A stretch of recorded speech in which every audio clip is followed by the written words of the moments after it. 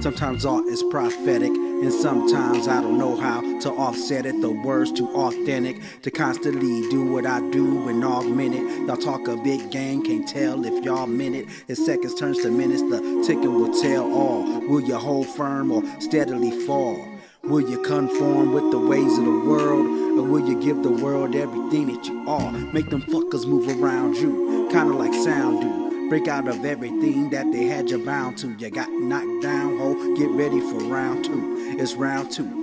Get ready for round two. Come back, run rap, run laps around these cats, jump back, kiss myself, still keeping me intact. Weird and black, they for that, hold up, steer it back. Weird and black, they revere that, yup, you hear that? Turnstile, switch it up. Young nigga raised hard, he learned not to give a fuck. Young nigga came far, still never give enough. Coming with the flavor, delicious, so she lick it up. Bust down, stick it up, I put it down, so pick it up. Scud town, saviors, done some till he shift to musk. Stench so stank that the shit compare soft to us.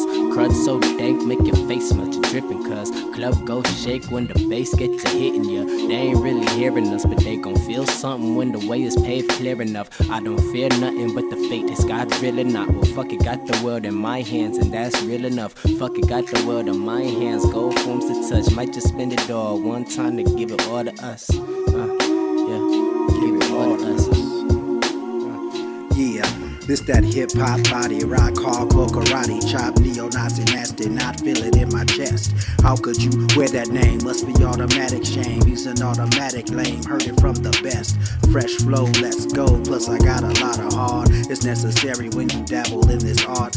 Grab canvas, paint picture, use them acrylics, paint a picture so vivid, the people gotta feel it like the Kaaba. Lyrics bear fruit like guava, words spilling out of my brain like lava. Spills out the top of a volcano, and they know that A-Right is not the one to play no. I'm Kano in Mortal Kombat, cause the lyrics like blades. Aim it at your jugular when I'm on stage. Until you heard me spit, homie, you ain't heard rage. On another chapter, so turn a turn. Okay, got that out my system. A-Right on another planet, dog, you must have missed them. When I do it how I do, it's of my own volition. Go make my destination even in the worst condition. My crew's the Blues Brothers, cause you know we on the mission. Eternity of roses I make bumping in your system. I mean banging it and I'm still hanging it. And I got a gang of wisdom, I got a gang of rhythms, I got a lot of soul. I found the pot of gold, I'm wrapping that shit up, gon' sell it to the globe. I got some game to give them, they don't really want, but they really need it. And I want you to succeed, I want you to be free. I want you to remove every obstacle from being what you truly wanna be. I truly wanna see, and I can only lead by example. So here's a sample from me, so get up.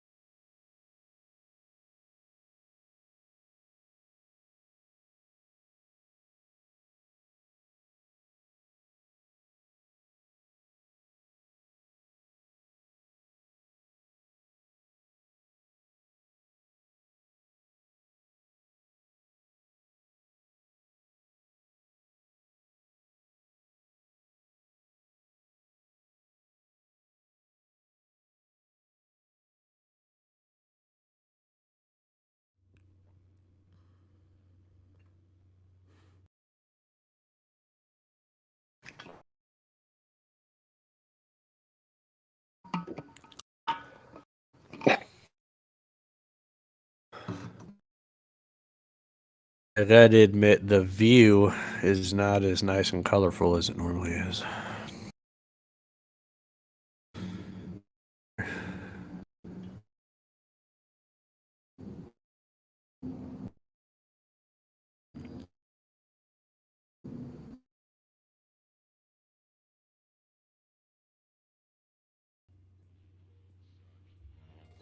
What is going on, folks? Welcome back to your favorite show on the internet. This is After Further Review, episode 115. I'm your co-host, Jalen Brown. And I'm your other favorite Miami Dolphins co-host, Nestor.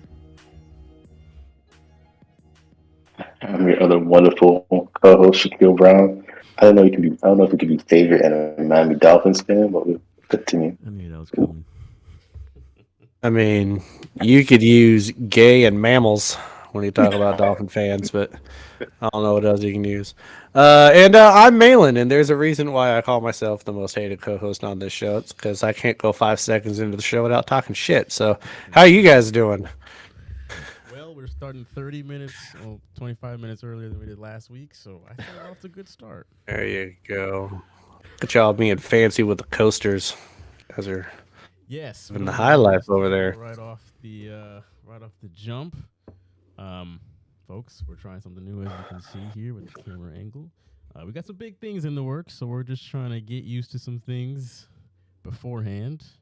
And we don't want to say anything yet, but 2023 has got some good things in store for this show. So, gentlemen, would you like to open up the show with a shot? All right, let's go. That's why we know how, gentlemen. Cheers to you. Cheers.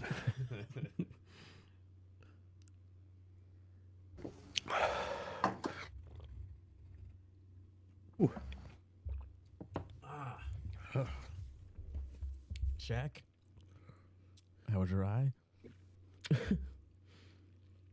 Making progress. Everything takes me twice as long to do, but small things. The small things. Well, I feel like I need to be fitted walking like a little bit, but yeah, we just wanted to let you guys know that if you do not watch the show and you only listen to it, we do live stream the show Wednesdays at 9:30 p.m. Eastern Standard Time. You can just click the first link down in your podcast description. You'll be taken to the YouTube version. Click subscribe to the channel. That way you can be notified every time that we go live. We've always got a little bit of a rotating lineup here, it seems like, these past few weeks, with who's here, who's virtually here, who's not. It's a whole little game that we play, but you can keep up with that game live every Wednesday night at 9:30 p.m. Eastern Time. Yeah, and then the other way around, if you just want to listen to the show, just click the first link down in the YouTube description, and you can just listen. But we highly advise that you watch, so there's that. Getting into a little bit of news, we're not actually doing a full news segment this week, but it is, of course, worth mentioning the fact that Franco Harris actually passed away this morning or late last night at 72. When I first read this, I didn't know at the time what the cause of death was. I don't know if that's been released yet. I don't know if you guys know that. No, they haven't released it. Just his, I believe it was his son, is the one that corroborated the stories, because several Pittsburgh news outlets picked it up, and some of the bigger places like ESPN and Fox Sports, they were a little bit weary of announcing it until his son announced that he passed away during the night. Yeah. So it was something that happened during the evening. Gotcha. Well, regardless, Steeler legend, just NFL legend as a whole, that is gone just a couple of days before the Immaculate Reception's anniversary. Just sad. Like, damn.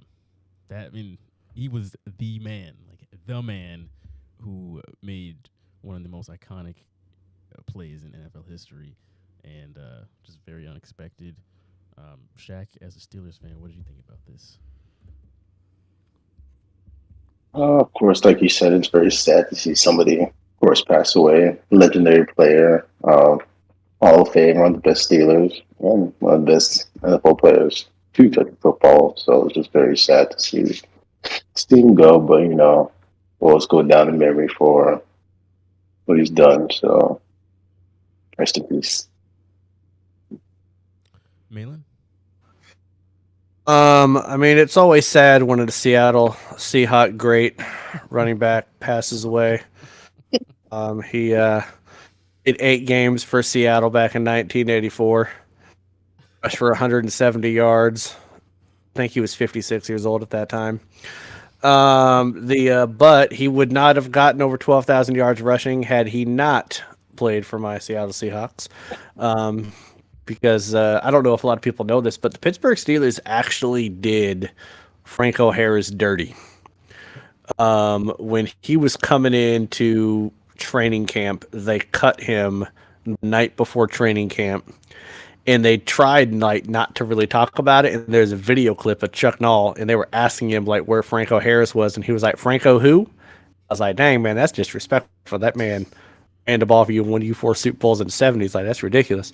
But no, to me, I just think the timing of it is, I don't know if it's sad or if it's meant to be, or if it's actually a good thing, because there was supposed to be a dinner gala tonight in his honor, because he was supposed to get his number retired on Sunday. It's only going to be the 3rd Pittsburgh Steelers number to be retired from the Pittsburgh Steelers. Which, when I read that, I was like, that's really weird, because they have a lot of greats. Yeah. Don't worry, Shaq. This is the only time I'm ever going to talk about your team. But they have so many people that you would think from the 70s, not much from the 2000s. Heinsworth can kiss my ass. But big man, he can go rape somebody. But so many people that you would thought would have had their number retired. And so he was getting his number retired. In fact, his image is on the patch that they're going to be wearing on commemorating the Immaculate Reception. And so it's just it's really, I think it's good in a way that all of his former teammates were coming in town and they get to kind of grieve together. Like Steelers Nation will get to all be together in one place.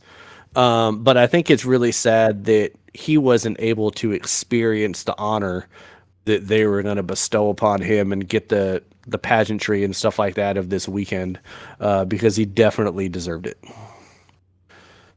Nestor. Yep, I agree with Malin. It's just, for one part, it's a sad timing, but at the same time,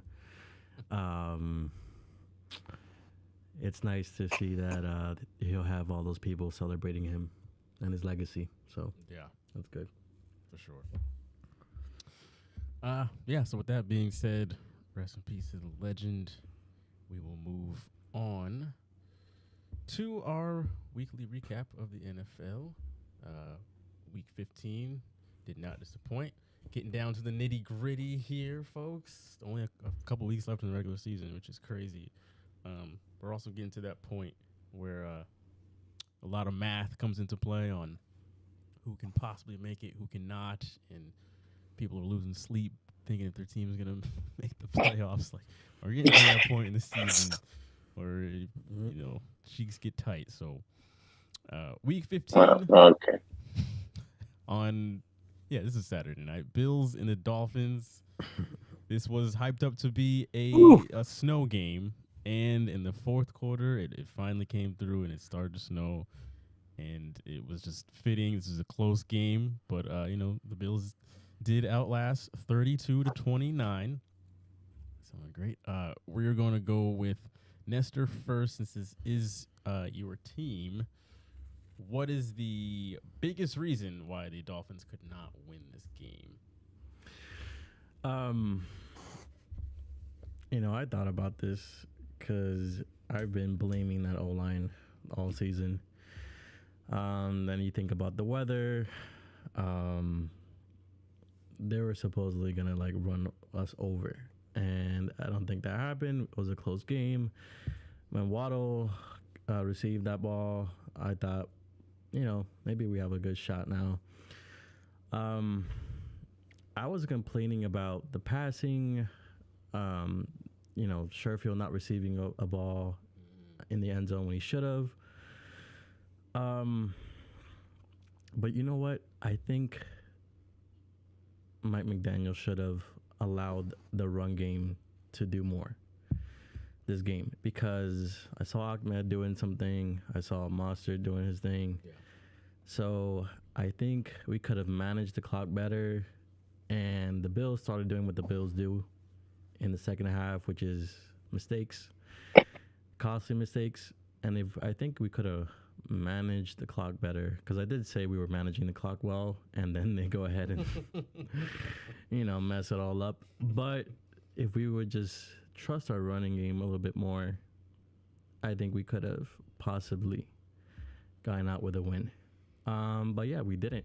And then Josh Allen did what Josh Allen does, and he pulled out a clutch pass. So to cook. So yeah, I think Mike McDaniel needs to trust our running game more. Jack, I heard you giggling over there. What did you think about this outcome? I mean, I'm not upset at the Dolphins because I think they did a lot better than what people expected them to perform at with this cold weather and snow going on. They kind of cut the close. Of course, a few mistakes here or there, but God knows they ain't a perfect team, so things are going to happen. So unfortunately, they lost with a few of the mistakes going on. But like I said, it's still a good game out there, despite conditions that were against them and people thinking they would get blown out of this competition with the cold and snow going on. So still props to the Dolphins for making it a close and competitive game as they can. So, what do you think the biggest reason they lost was, though?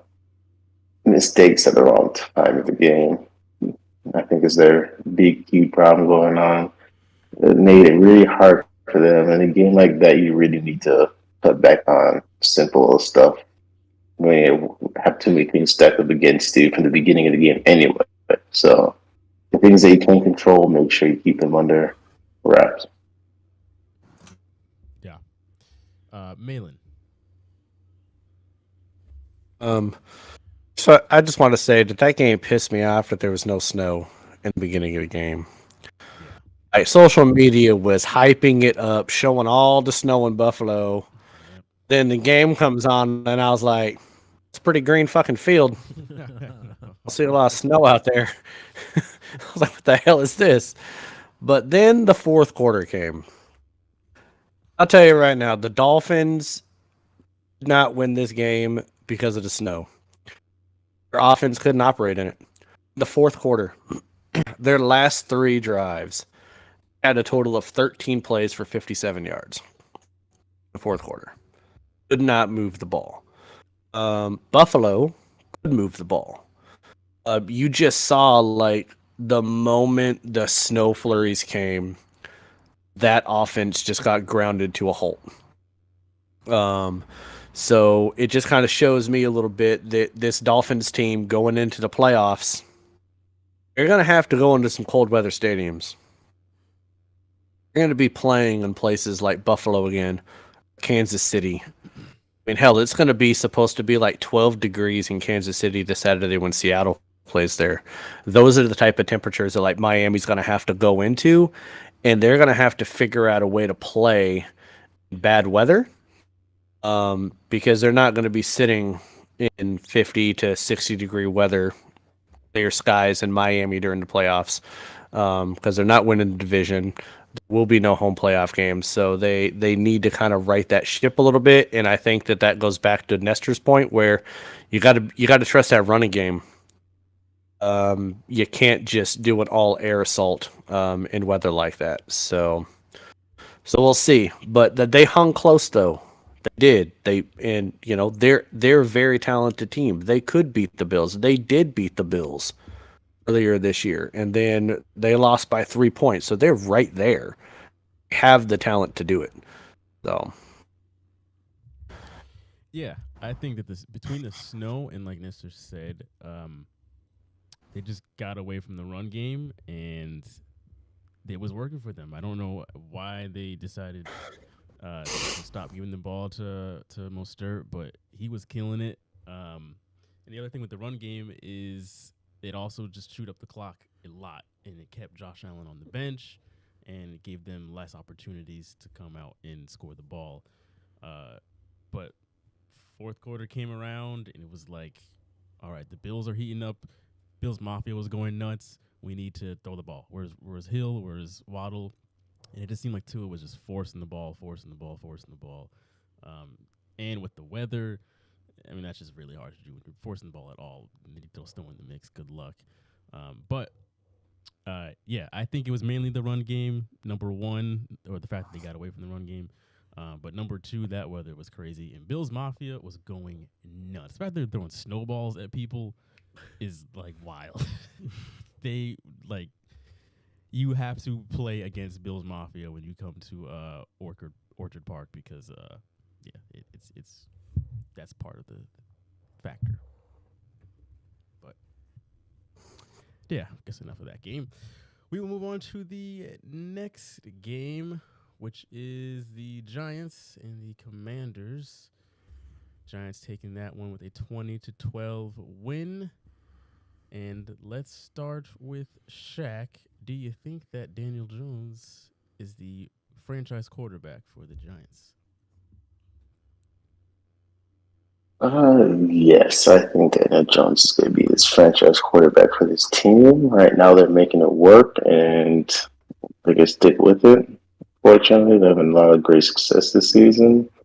Unfortunately, they take time for everybody else in the divisions having a very good season, so it makes it hard for them. But I feel like he has what it takes to be their franchise quarterback at this current stage and what we're seeing from him. So I'm impressed with the Giants. It's best they've been in a hot while, so I'll give them credit. Okay. Nestor? I want to say yes, but I'm not entirely convinced either. He does have, I think, the lowest interception rate per passes attempted. He does have the lowest amount of interceptions. He's working a lot better than he has in earlier seasons. So there is that. And the Giants team has improved a lot. So now he has, I think, a team that's working well for him. And I want to see him do well, but I'm not there yet completely. I need to see more, especially in this final run. So we'll see. Malin, you can go ahead. Oh, God damn it. He's not the answer. This could be so much better. The competent QB. Daboll came from Buffalo with Josh Allen, and now he's working one of the Jonas brothers, I swear to God. This man, they lost 6 of 7 games. Okay? Lost 6 of their last 7 before they won this last one. He only scored 20 points. He was 21 of 32 for 160 yards. Right now, he has 2,694 yards at 16th in the league. The middle of the road. If you're middle of the road at quarterback in the NFL, guess what? You're not winning Super Bowls. He has 12 touchdown passes. It's 24th in the league. He has a 90.5 passer rating. The only reason why he has a 90.5 passer rating is because, like Nestor did mention, the only thing that he's been able to do this year is cut down on turnovers. It's 3 fumbles and 4 interceptions. Last year, he had almost just as many turnovers as he did touchdowns. So he's cut down on the turnovers, but his game hasn't improved. Out of the first 7 weeks when they were 6-1, Giants failed to score over 24 points in over half of those games. So the offense is only clicking because Saquon Barkley hasn't gotten hurt. So they might renew his 5th-year option and give him one more chance because the Giants are not really going to be in a position to get one of the top quarterbacks in this draft. But if they renew that 5th-year option, I don't think that's the signal that they think he's the franchise quarterback. I think that's the signal that could end up maybe be good enough to be a stopgap like a Geno Smith is right now in Seattle, and maybe after one more year with Daboll, his head coach, maybe flourishes next year. But he has not shown just cutting down on turning the ball over, but not increasing your playmaking ability, that doesn't do it for me to be a franchise quarterback. Not with the talent they got on that roster. Yeah, I agree with you and Nestor. I think they have a franchise coach with Dayball, but I don't think that Daniel Jones is necessarily a franchise quarterback. He's in answer right now. He'll work for the time being, but to win a Super Bowl, like when I think of franchise quarterback, I'm like, can you win a Super Bowl? No, I don't think that's there. Like when you have Saquon, that helps a lot, and when you have a great head coach, that also helps a lot. But him individually, I don't think that he's the answer. I'm curious, since Shaq was the only person to say that he is. Is there any specific reason you think that he is, Shaq?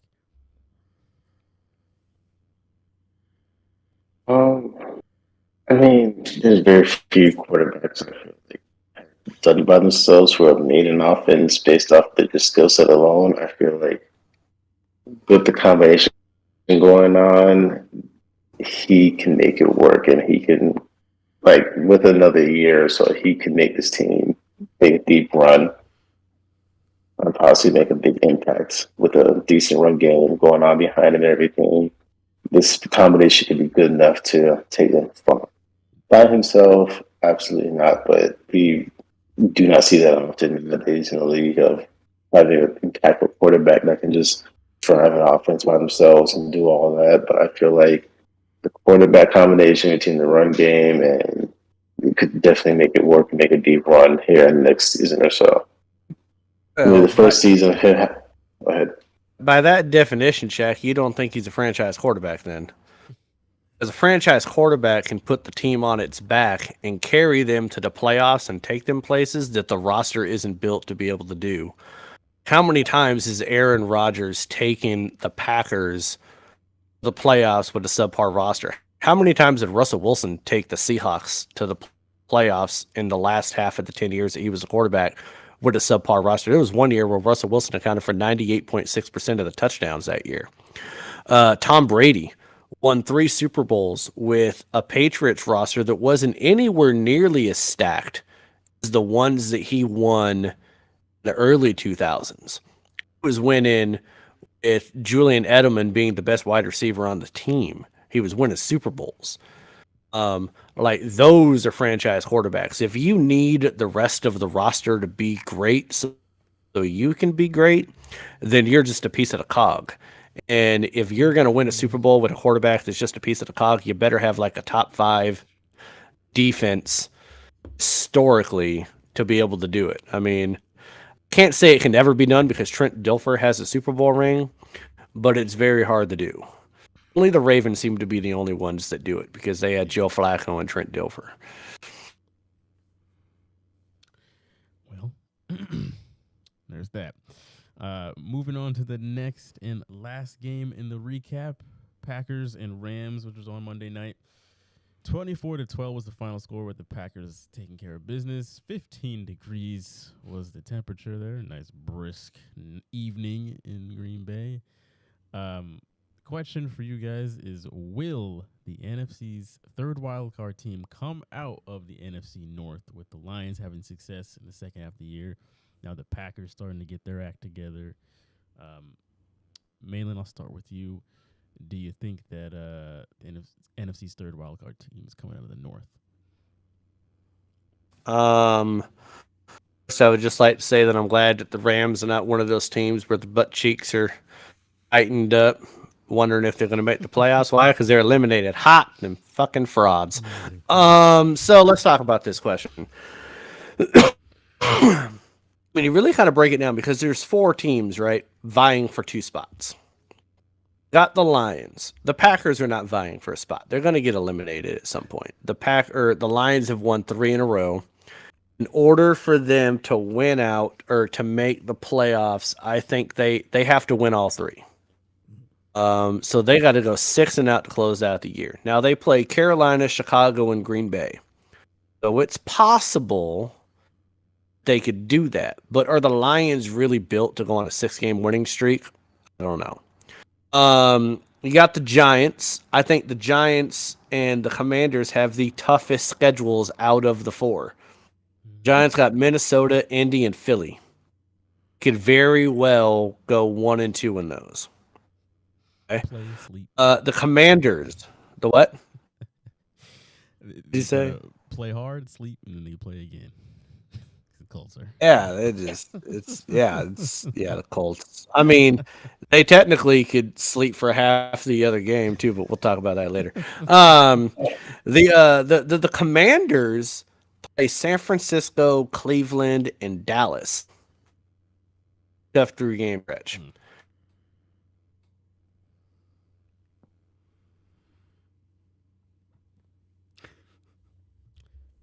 Have been terrible. They've lost 5 out of their last 6. Okay, they have not been playing good football. They play Kansas City, the Jets, and the Rams. I'd like to think that the Seahawks can go 2-1, pretty much saying that the Kansas City game is like a loss. The Jets have been playing good ball. That defense is no joke. Jets of old years, like they've been winning games where they couldn't. So realistically, like I don't see it being the Lions. I see it being either the Giants, Commanders, and the Seahawks, or the Seahawks. I think 2 out of those 3 are probably going to make it. I just don't buy the Lions going on a 6-game winning streak. I don't know. What do you guys think? Go ahead, Nestor. You know what? I could see Detroit beating Green Bay. But I think actually this upcoming game, which I'm gonna you'll see my pick later on how this is funny, but this next game they could actually lose in my opinion, because Carolina likes to be a thorn in the side of decent teams like Atlanta. I don't think it's going to be Detroit because they're too inconsistent. Not that they're inconsistent because they've been really good recently, but overall, the whole season, I just don't trust them in this final stretch. I don't think anybody would. So, yeah, I agree. I think it comes down to Giants, Commanders, Seahawks, between those 3. And, yeah, I feel bad for Detroit. I think if they could have started this good run earlier in the season, I mean, come on, they have enough bad things going on in their city. They could at least make the playoffs. And come on, They found where they at. Go ahead. Maybe if that defense played better at the first 5 weeks of the season when they had the number 1 scoring offense in the league. That's true. That's very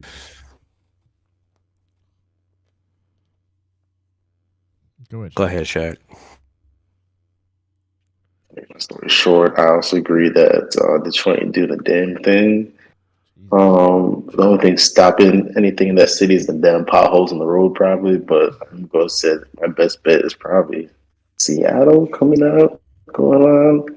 They're saying they've had a spectacular year despite their record, just coming off of the situation that they have going on.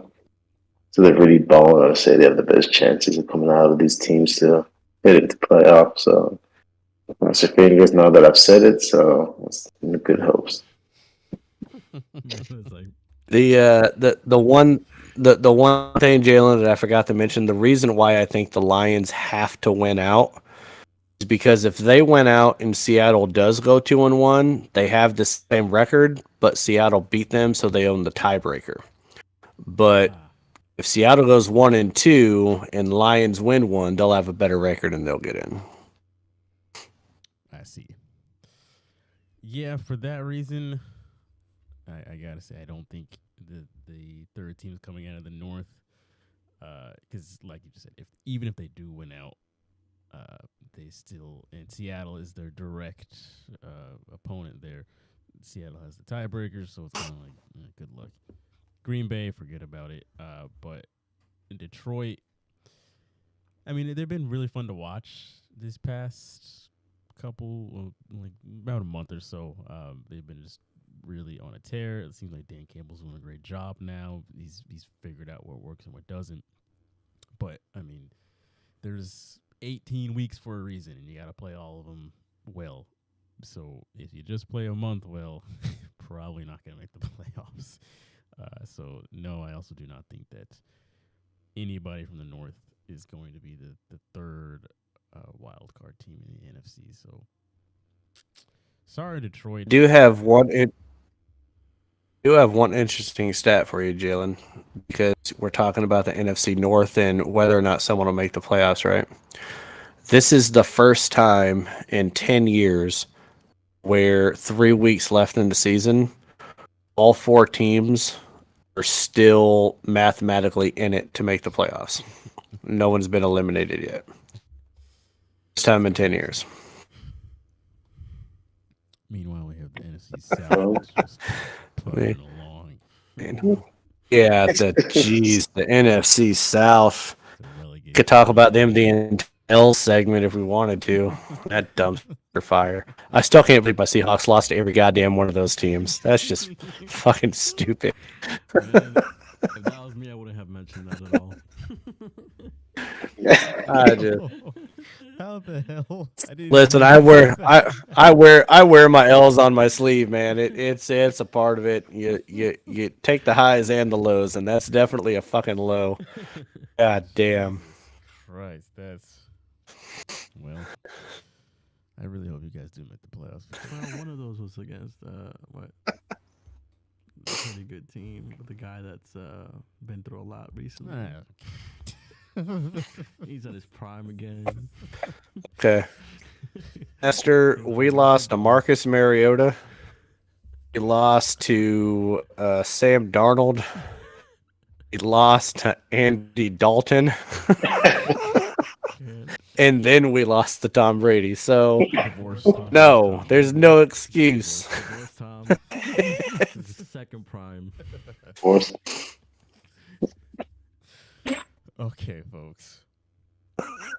Let's get out of the recap until next week.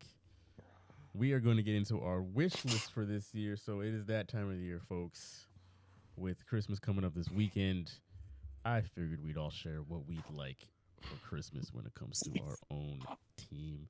Granted, this could be NFL or NBA. But if you could have one gift for your team, it could be a player or a coach. Who would it be that Santa's bringing to your team? Would anybody like to volunteer to go first? You can, your wildest dreams here, but it has to be just one person. I would like to go. Go ahead, Shaq. What's Santa bringing you this year? No, you can't have two. I think Shaq just wants a W. Can't. That's why I Shaq can't. just wants a win. Is Santa allowed to take something? Can Santa go ahead and come in and? Not the tooth fairy, Santa Claus. Krampus. Okay. Krampus. Lord. Go ahead, Shaq. Look. And then I'll go ahead and my Steelers. I'd like to bring in.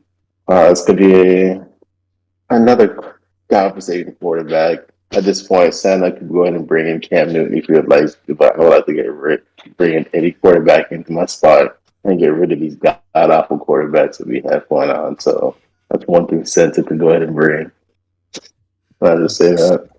This man could have said Josh Allen or Patrick Mahomes, and he said, "Go ahead and give me Cam Newton." I would like a more realistic wish than one of those. But you see my quarterback situation? Now I know why you can't drive under this medication, Shaq. The man literally said wildest dreams, and you over there giving Cam Newton. My second wildest MVP dreams. back in 2015. My second wildest dreams, but because I couldn't say it, is if Santa can go ahead and retire all these old ass men that we have playing for the Heat. Go ahead and get rid of this retirement home that we got going on in Miami Heat, and actually get the young players to come in. That's it. Let's see. What you should have said, Shaq, was that you wish that LeBron James never left your team. That's what you probably should have wished for. Might have a couple more rings. Oh, definitely a couple more rings. More than he done with the trash ass Lakers. But let's go ahead. I'll tell you guys what I want. I want to hear Nestor's.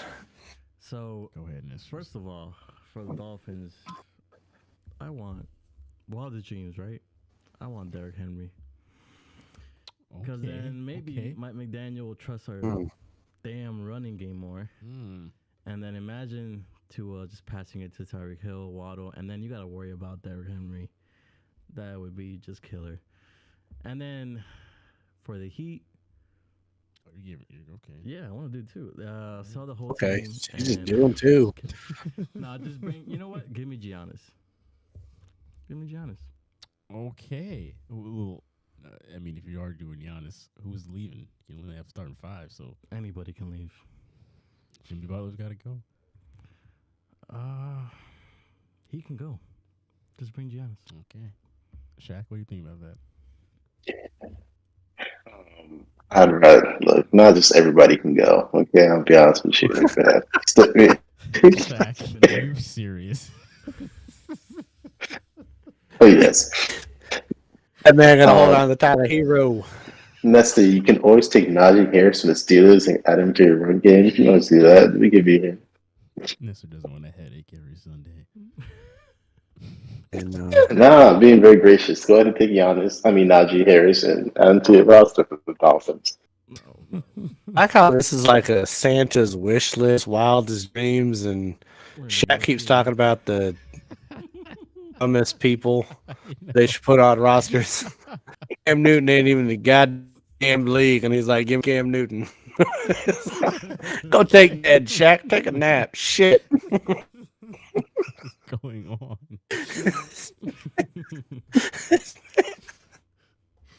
Do you want me to go next, Malin, or would you like to go? All right, so go. It's not what I'm gonna do. Seahawks here. This is what I want. I want Aaron Donald. Ooh. I think Aaron Donald on my defense, because we can't stop the run for shit. Get better pass rush. That man in the middle, just squad. I want Aaron Donald. It would be Aaron Donald or TJ Watt. I don't think Shaq wants to give it TJ Watt. He wants to pass off Najee Harris for a 6-pack of 7-Up and a pack of smokes, but I don't think he give me TJ Watt. But yeah, and so then if I got a second one and we're doing NBA, honest to God, just give me my Sonics back. Just Santa, please deliver that to me. That'd be great. So, but yeah, Aaron Donald. I want Aaron Donald. Okay. For my gift, if Santa could bring my New England Patriots anything, I do want to also quick mention. Notice how neither the Celtics fans needed to even mention the Celtics needed any kind of gift this year. That's just how good we are. But Because we do good already. We don't want to be greedy. Jesus. All right. In the And, NFL, a team that Shaq over there picking scabs off his goddamn elbow. Shaq. A team that needs all the help. If I could have wildest dream, I want Bill Belichick to get off his stubborn ass, pick up that phone. I'm retired. I'm not saying all that. Call up Andy Reid and say, fuck Patrick Mahomes, come over here and coach our offense. I'll coach the defense, you coach the offense, and we are going to run the NFL. And that is it. That's all I want. Give us Andy Reid on our coaching staff. You want a as our OC. Super Bowl winning head coach being offensive coordinator. Yes. This is wildest dreams here. Wild. That's wild as shit. I'm not going Cam Newton. I'm going to the top.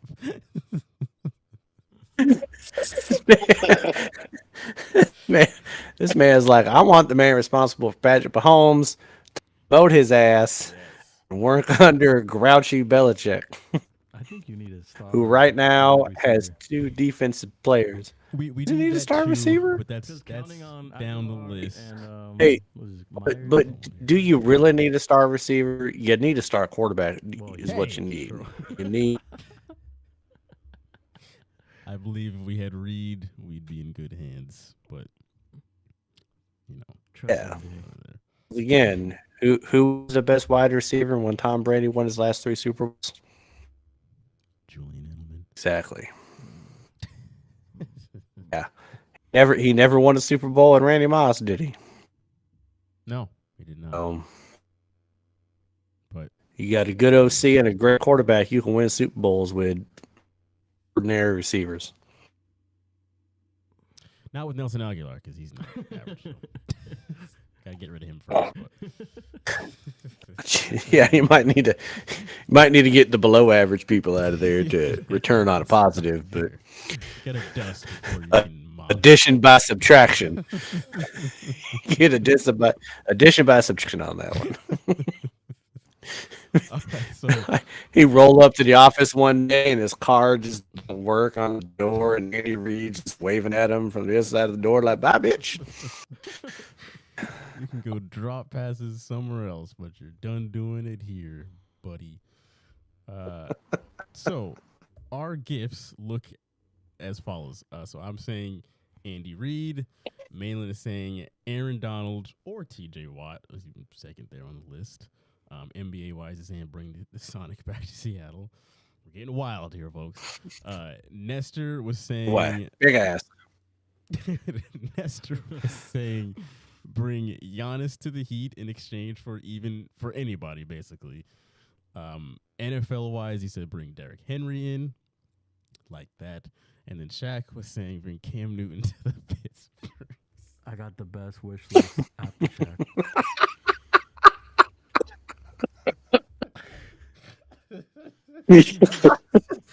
I just All of damn. ours sound like alternate universes. Shaq sounds like a reality. That could be next weekend. The best thing. Oh, hold on. The best thing about what Shaq said for his wish list is that he talked for 50 some seconds. And he only talked about the wish list for like 3 seconds. He spent the rest of the time just shitting on his team like usual. Like, I was like, God damn, man. Only because you've used He's like, we're not in the L's this week, so I got shit out of now. That's because you've ran through 3 different quarterbacks this season so far and still can complete a damn victory properly. Number 4 will solve it. Yeah. Bring in anybody. And that's you starting for the Steelers next week. Give me the job. Hey, I'll take the over on that one. Shout out to G I would Money. actually pay money to watch that. Run it every time. Shout out to G Money in the live chat. Says you can thank the Giants for Randy Moss not winning Super. All right, G Money, you don't have to bring up the Giants in Super Bowls. Hey, He will be on the show Jalen. momentarily. Go ahead. If Nestor was a quarterback in the NFL, he'd be all hyped. He'd get into the huddle, he'd call a play, he'd get up the line, he'd see the defense, and he'd call an audible. He'd be like, victory formation, all game, let's do it, bitch. Taking the knee. The whole game. And get hit by these goddamn people. First play Still from be a scrimmage, bear. victory formation.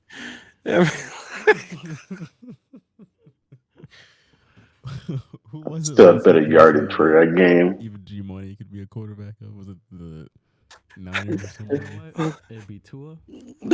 Right after him, right here. Me. Right there. Right there. Oh, God. Pittsburgh That's Steelers so good. quarterback. You heard of him? Done good. He's killing it. All right, folks. We're going to go to a Time- break. Time for break. Yes. We're going to get our minds right and come back with the GOAT G Money. We've got some comments to read through, really just some poll results. L's of the week, and then the ride or die in 5. So we will be back in just a little while.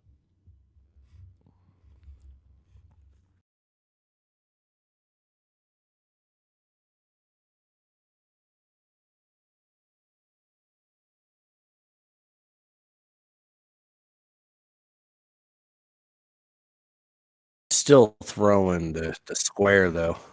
If you move your face just a little bit, it's throwing that square up. But at first, you were almost looking schizophrenic. You're kind of bouncing all over the goddamn place. It's not doing it now though. That's kind of weird.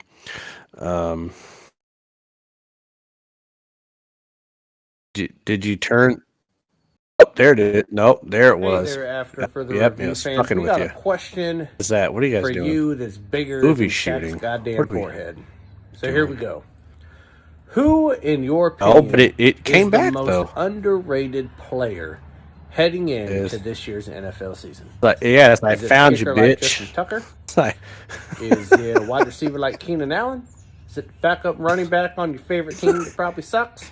you can't let hide us from me. know who is the most underrated player in this NFL season, and we'll let Shaq know. Bye.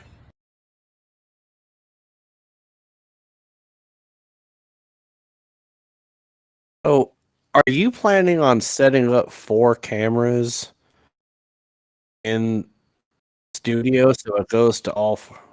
If there's 4 of us in the studio,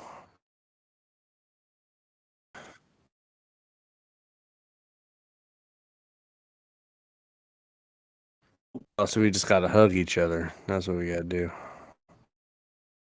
Okay. What's up there, G Money? Hey. Jalen, how you doing? Jalen, Living the dream over Lester, you here. guys in the new studio, or are you in like a garage somewhere? Okay. Kind of look like you in a. Initially, I thought, man, You're seeing, Who led the AFC in reception? does look like a garage. You're right. Incorrect. yeah. Just because you got that board up by the left of the screen. There we go. 200 to G Money. No, that's what we used to look at. This when we were, person like, led when I was the over his NFC place. Like in that reception. wall is what we were facing. Correct. They're doing a little bit of setup. This team had Esther 3 was players upset on that the he top couldn't look into playoff Jalen's eyes. And he was like, reception. I need to be able to see your eyes, man. Incorrect. Who are the Los Angeles Rams? Incorrect. Is Kansas City? Correct. This is like, I don't even know. How many points was that? We can't see Shaq right now because we're a fucking This scab. What the hell is that, person man? led the Bills in playoff Jesus. reception yards. Come on, man. Turn the number. I know it's 13.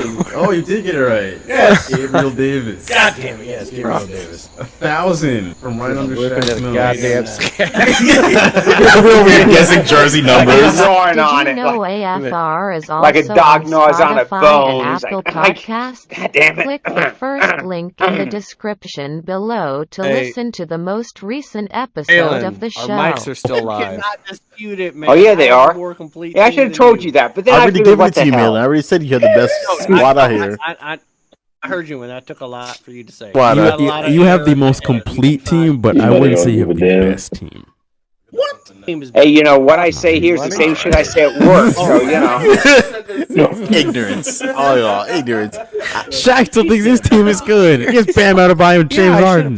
So, James Harden is still good, okay? All right, tell the 76ers that. Y'all took my Like I said, 2 or 3 just like players at work. that I wanted. Stop it. Besides my y'all, So I'm trying to sound. I know, but I didn't think y'all were gonna Hating choose big dark men rye. heavy off the jump off. Yeah, how is that? Well, Almost he was thought the about it. MVP. So it's got a sweetness to it. Kind of reminds me of an old fashioned. I assumed Not y'all like were how- gonna be those type how of people Chris who would makes them, choose right, with smoke guards and old-fashioned, forwards heavy. So I I was mean- like, maybe I have at least Oh, one. you thought- I had at least one round. You thought we were all And stupid. you know, you No, don't want to that's go all I through all the said. trouble of making an old-fashioned. It kind of I gives thought you that kind of just a like vibe, I would just like to basically. point out one more time It's not bad. that Shaq and That's what's not up with bad. that was I trying mean, to it's sell us. it's not bad. On I mean, Zion. I'd buy another Man bottle and actually looks stash like it he's back slimmed there down, with actually all the put other on a shit little that I bit of got muscle tone, stashed. and can actually be like I a was thinking about powerhouse of buying a a couple center. bottles. And here we are. Y'all would we needed a big man. Y'all would have judged me for picking Zion. Zion has not played in almost 2 seasons. Haven't bought That man has not cigars in played a basketball in few about 2 months. I've been seasons. Don't let me pick this man.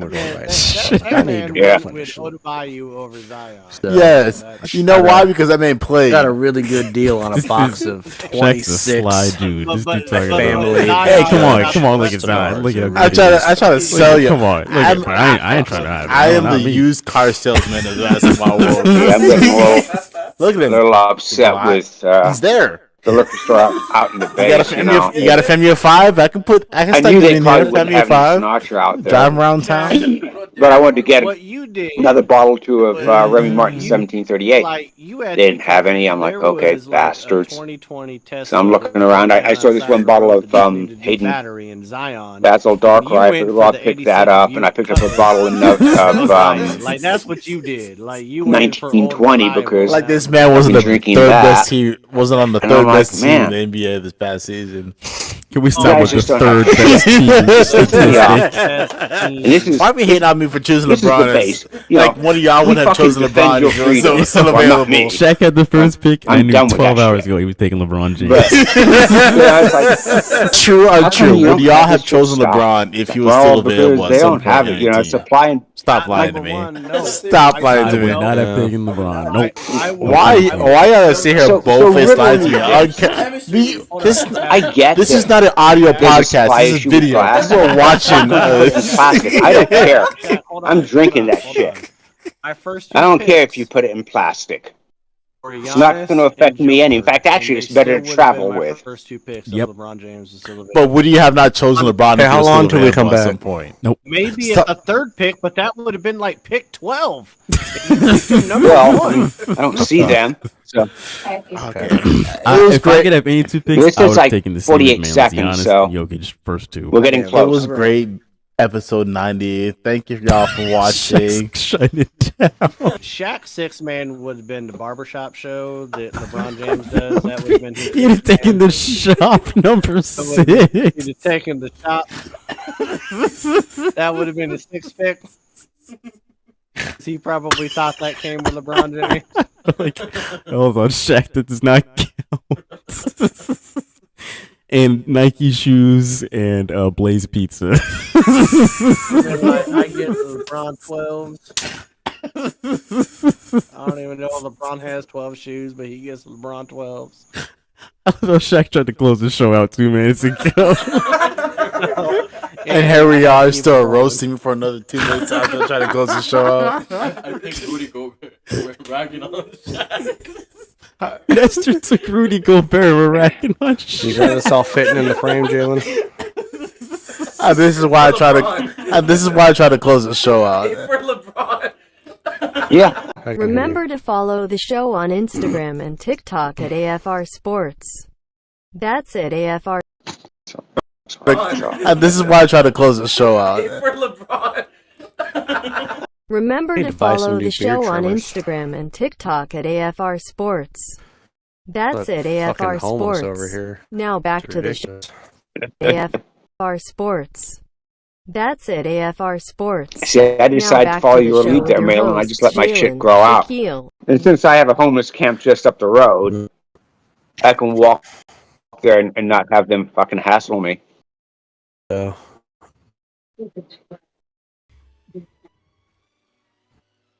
I haven't trimmed my beard since September, and then I lost my beard trimmer when all my shit got thrown out of the house. So can't do it now. Need to find another one. I say you can just let that shit grow. Be like Duck Welcome Dynasty. back. Oh, we're coming back. That's good. Welcome back What do you- to your favorite show on the internet. Second half of the show is always a doozy, so it's only right that we come in the only way we're used to. So, G Shmoney, what's going on? Hey, Shaylin, hey, you know, everything's good. Everything is good right now. I mean, it's 22 degrees outside. It's going to get fucking colder. We're looking at ice showers, you know. Oh, that's fun. You can't ask for much more than that. You almost think we're in fucking Kansas City. Except we don't have the good barbecue.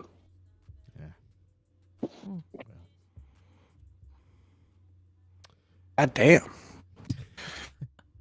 Shaq, how was your break, sir? I'm good. Empty my bladder, report my shot. I'm ready for the second half. What do you guys take? There you go, buddy. What are you taking a shot of, Shaq? I've chopped back into the Don Julio that Jalen gave me because I think it's pristine and it's very smooth.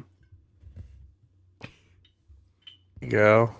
Yes, sir, it is. Just to let you guys know, at the ABC liquor store in Tampa, they knocked $100 off the big bottle of the Don Julio 1942. One's interested. Still going to cost you $550, but.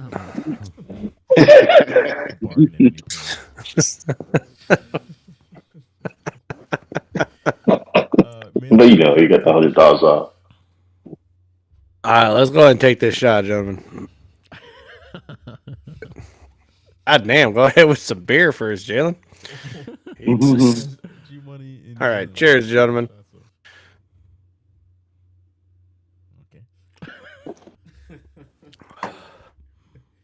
You guys can hear me, right?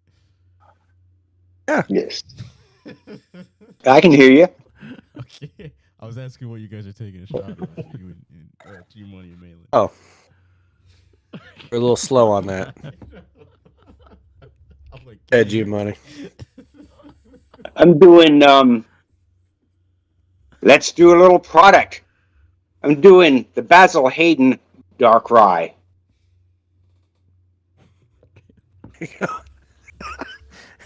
I'm almost surprised that you're not on commercials, G-Money.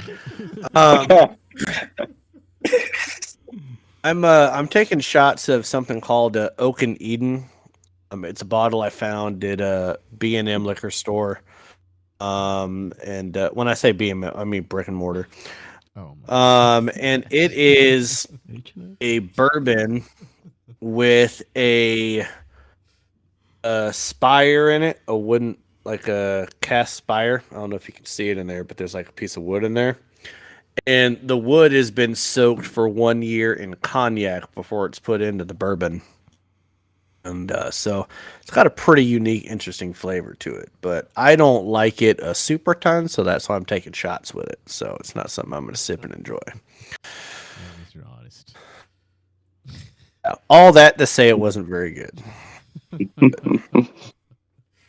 Nestor and I are enjoying Four Roses. We'll try this again.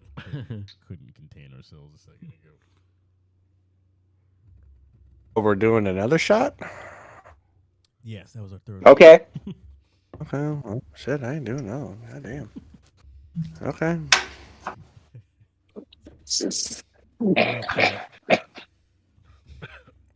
God bless my vision. All right, let's I haven't go. drank since I started I dropped, so God bless my vision. Shaq, you lost your vision fighting people at the hospital.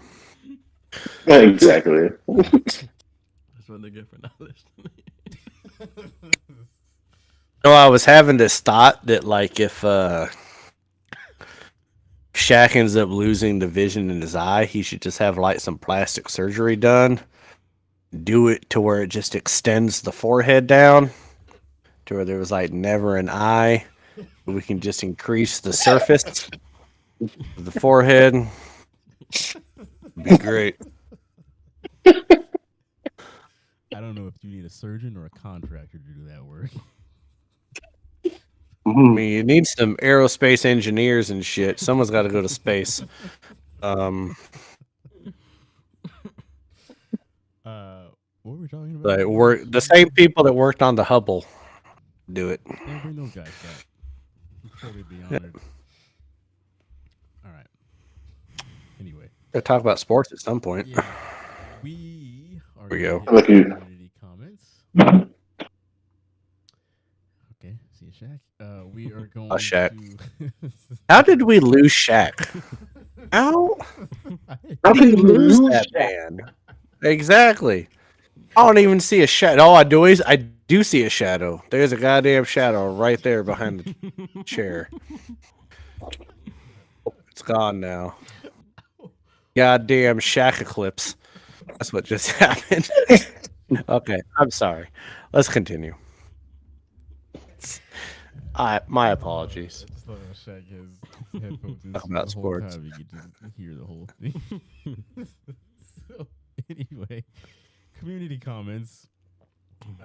I'll check in real time, but the poll that we ran was on the Saturday night game between the Bills and the Dolphins, and I cut off the voting when the game was on. So for all you geniuses that voted after the fact, it didn't even count. So 79% of you guys still said the Bills, and 21% of you guys said the Dolphins. Nestor, no faith in the Dolphins pre-game, huh? I don't blame him. Look how sad he looks. Like, why'd you even got to bring this up, Pretty man? happy, It's like, that weekend because either way, Argentina won the World Cup, so I didn't mind at all. Honestly, I forgot the Dolphins played. I was just about to say that. Shat, could we throw an audible before we get to the L's and let Nestor talk about the World Cup for a second? Good check.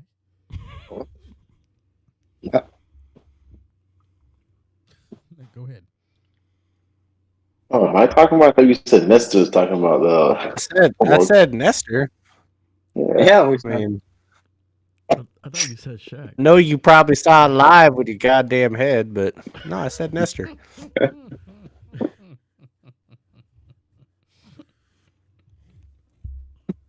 You can go ahead. Jesus, talk about the World Cup, Nestor. I thought we were doing it after this. Comments. it was amazing. We're derailing. You know, quickly, but There's nothing going on with comments. but People telling Shaq you know, at this age. I'll, you know,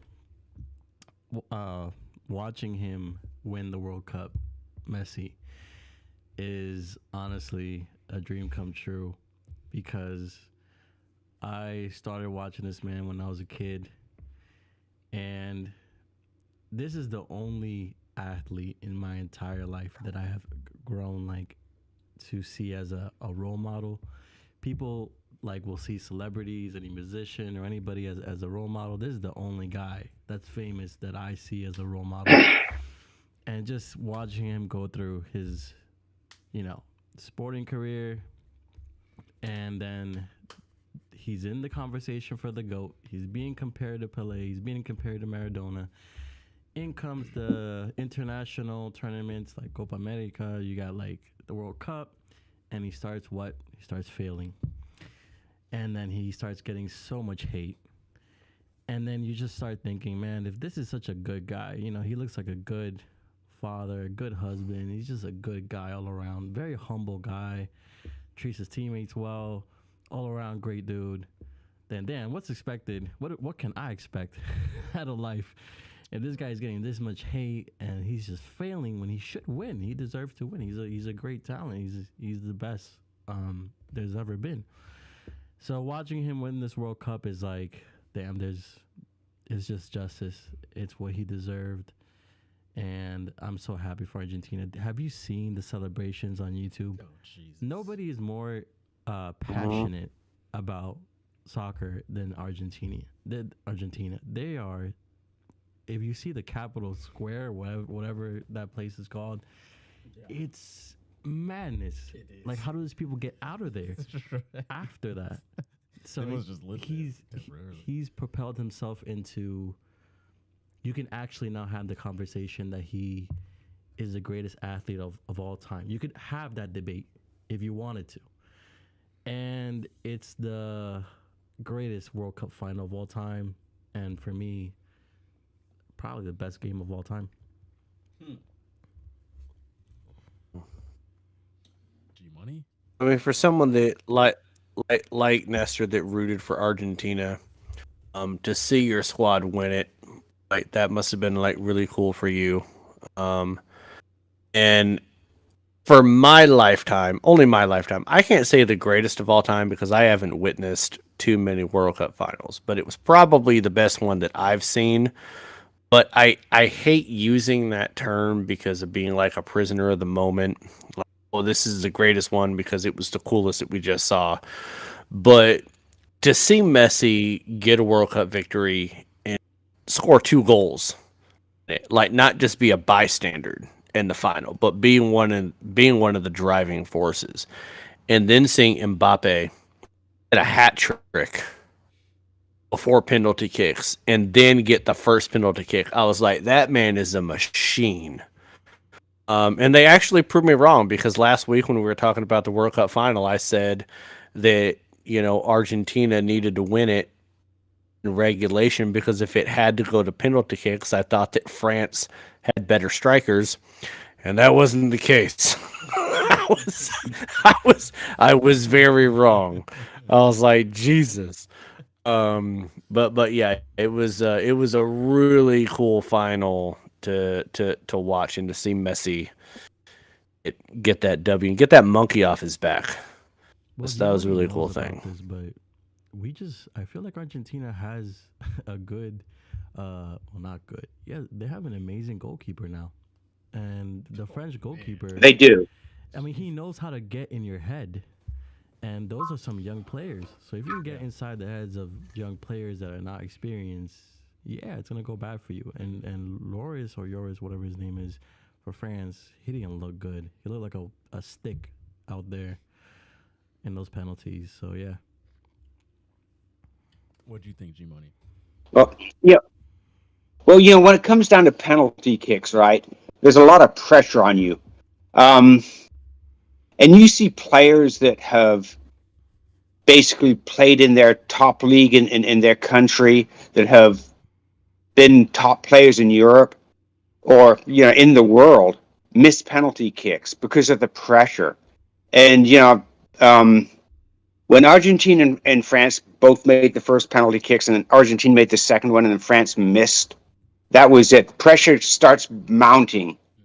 And it's hard. I mean, people think, oh, it's easy to make a penalty kick. I played the game. I played in Germany on a club team. I played in high school. I got a scholarship to go play in college, or a partial scholarship anyway. I made 3 penalty kicks. I made 1 of the 3 because it's just an intense amount of pressure that you don't realize. But Argentina has a young team. They really do. And Messi chased away all the ghosts. I mean, he was the best player in Europe for the longest time. When he played for Barcelona, my God, I mean, Barcelona was the king of Spain. And then the last few years, he played for Paris Saint-Germain. Yeah. It was, but Nestor's right. When it went to playing for the national team, he disappeared. He just up and disappeared. It was like he didn't exist. And this World Cup, he showed up and he played. He played like he did in Barcelona. He played like he did at Paris Saint-Germain. He played like the person who won 7 Golden Boots. Oh, I mean, this was the first World Argentina has a young team. First World Cup where he even scored a goal in the round of 16. That's what's so astronomical. Someone as great as Messi is. But I will say this before we move on, Jalen. The funniest penalty, the third one that Argentina made, and I don't know who it was. I don't know if Nestor knows who kicked the third one. I think I know. Hit right at the goalie, and the goalie dove to the left. It was the funniest shit I've ever seen in my life, where he was like, he kicked it right at him, and he dove to the left. And I was like, God damn, what a psych out. Like, that's so embarrassing for that goalie. Because I wasn't watching. But that was the funniest thing. I was crying like 8 times throughout this whole game, and I just turned my back on penalties. That whole match was just wild. like you said, Malin, And hats off to Mbappe too, though. On one, that's fine. Yeah, hats off to Mbappe. He had a hell of a game. For most of that match, I was like, Argentina's got this in the bag. Like, they were controlling the match the entire game.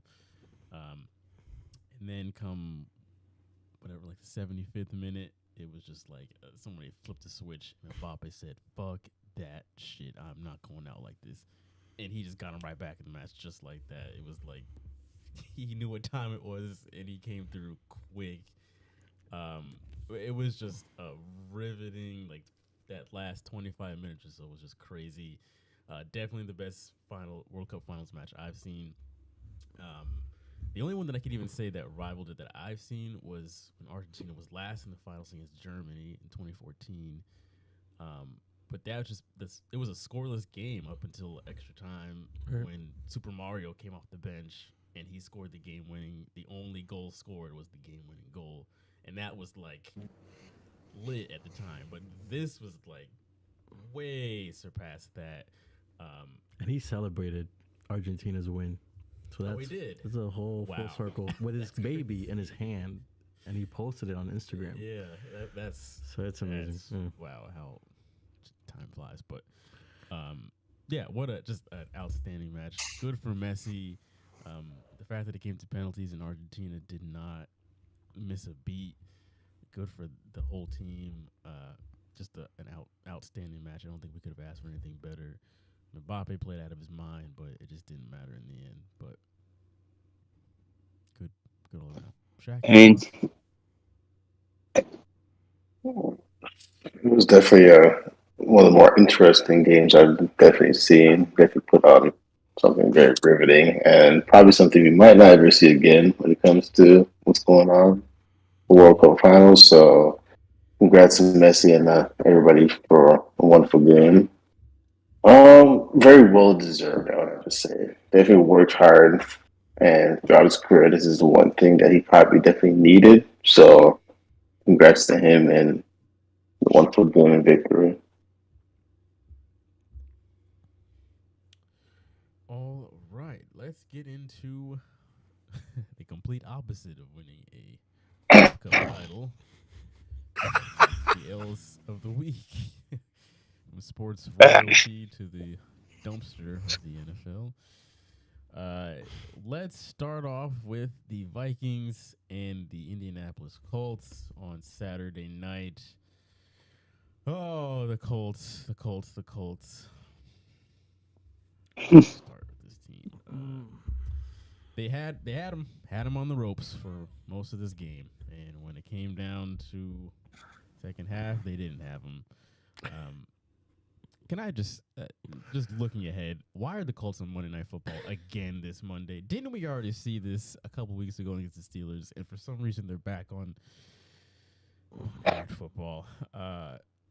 Anyway, this game, they lost 39-36, which was the biggest. They were up 33-0 at one point, and they fumbled this so bad that the Vikings had the greatest comeback in NFL history. Thank God they did, because with someone who had Kirk Cousins and Justin Jefferson on his fantasy team, I needed those points. But this was just unbelievable. Absolutely unbelievable that the man who gave up the greatest Super Bowl comeback in history also gave up the greatest regular season or just total comeback in history. Biggest choke artist in the league. I have nothing to say about the Colts. They're god-awful. Jeff Saturday, Sunday, Monday, Tuesday, it doesn't matter who's coaching them. They're awful. Stop bringing in these old-ass quarterbacks. What do you guys think about the Vikings pulling this one off? I think it just comes down once again and shows Matt Ryan his weakness of it's too complacent and give up these godforsaken wins that should have been a win, but biggest choke artist I think there is in the quarterback game. Could not put up points when he needed to maintain his lead, but made it comical for everybody else. So, I mean, we're watching the game. One point, the Vikings, I think, were on the 3-yard line, and they threw Cousins threw a pick six. Then you're thinking, okay, this game is done. Then they did more damage before halftime. They're up 33-0. So much so that Jalen, you're putting in the chat that the Vikings are a fraud.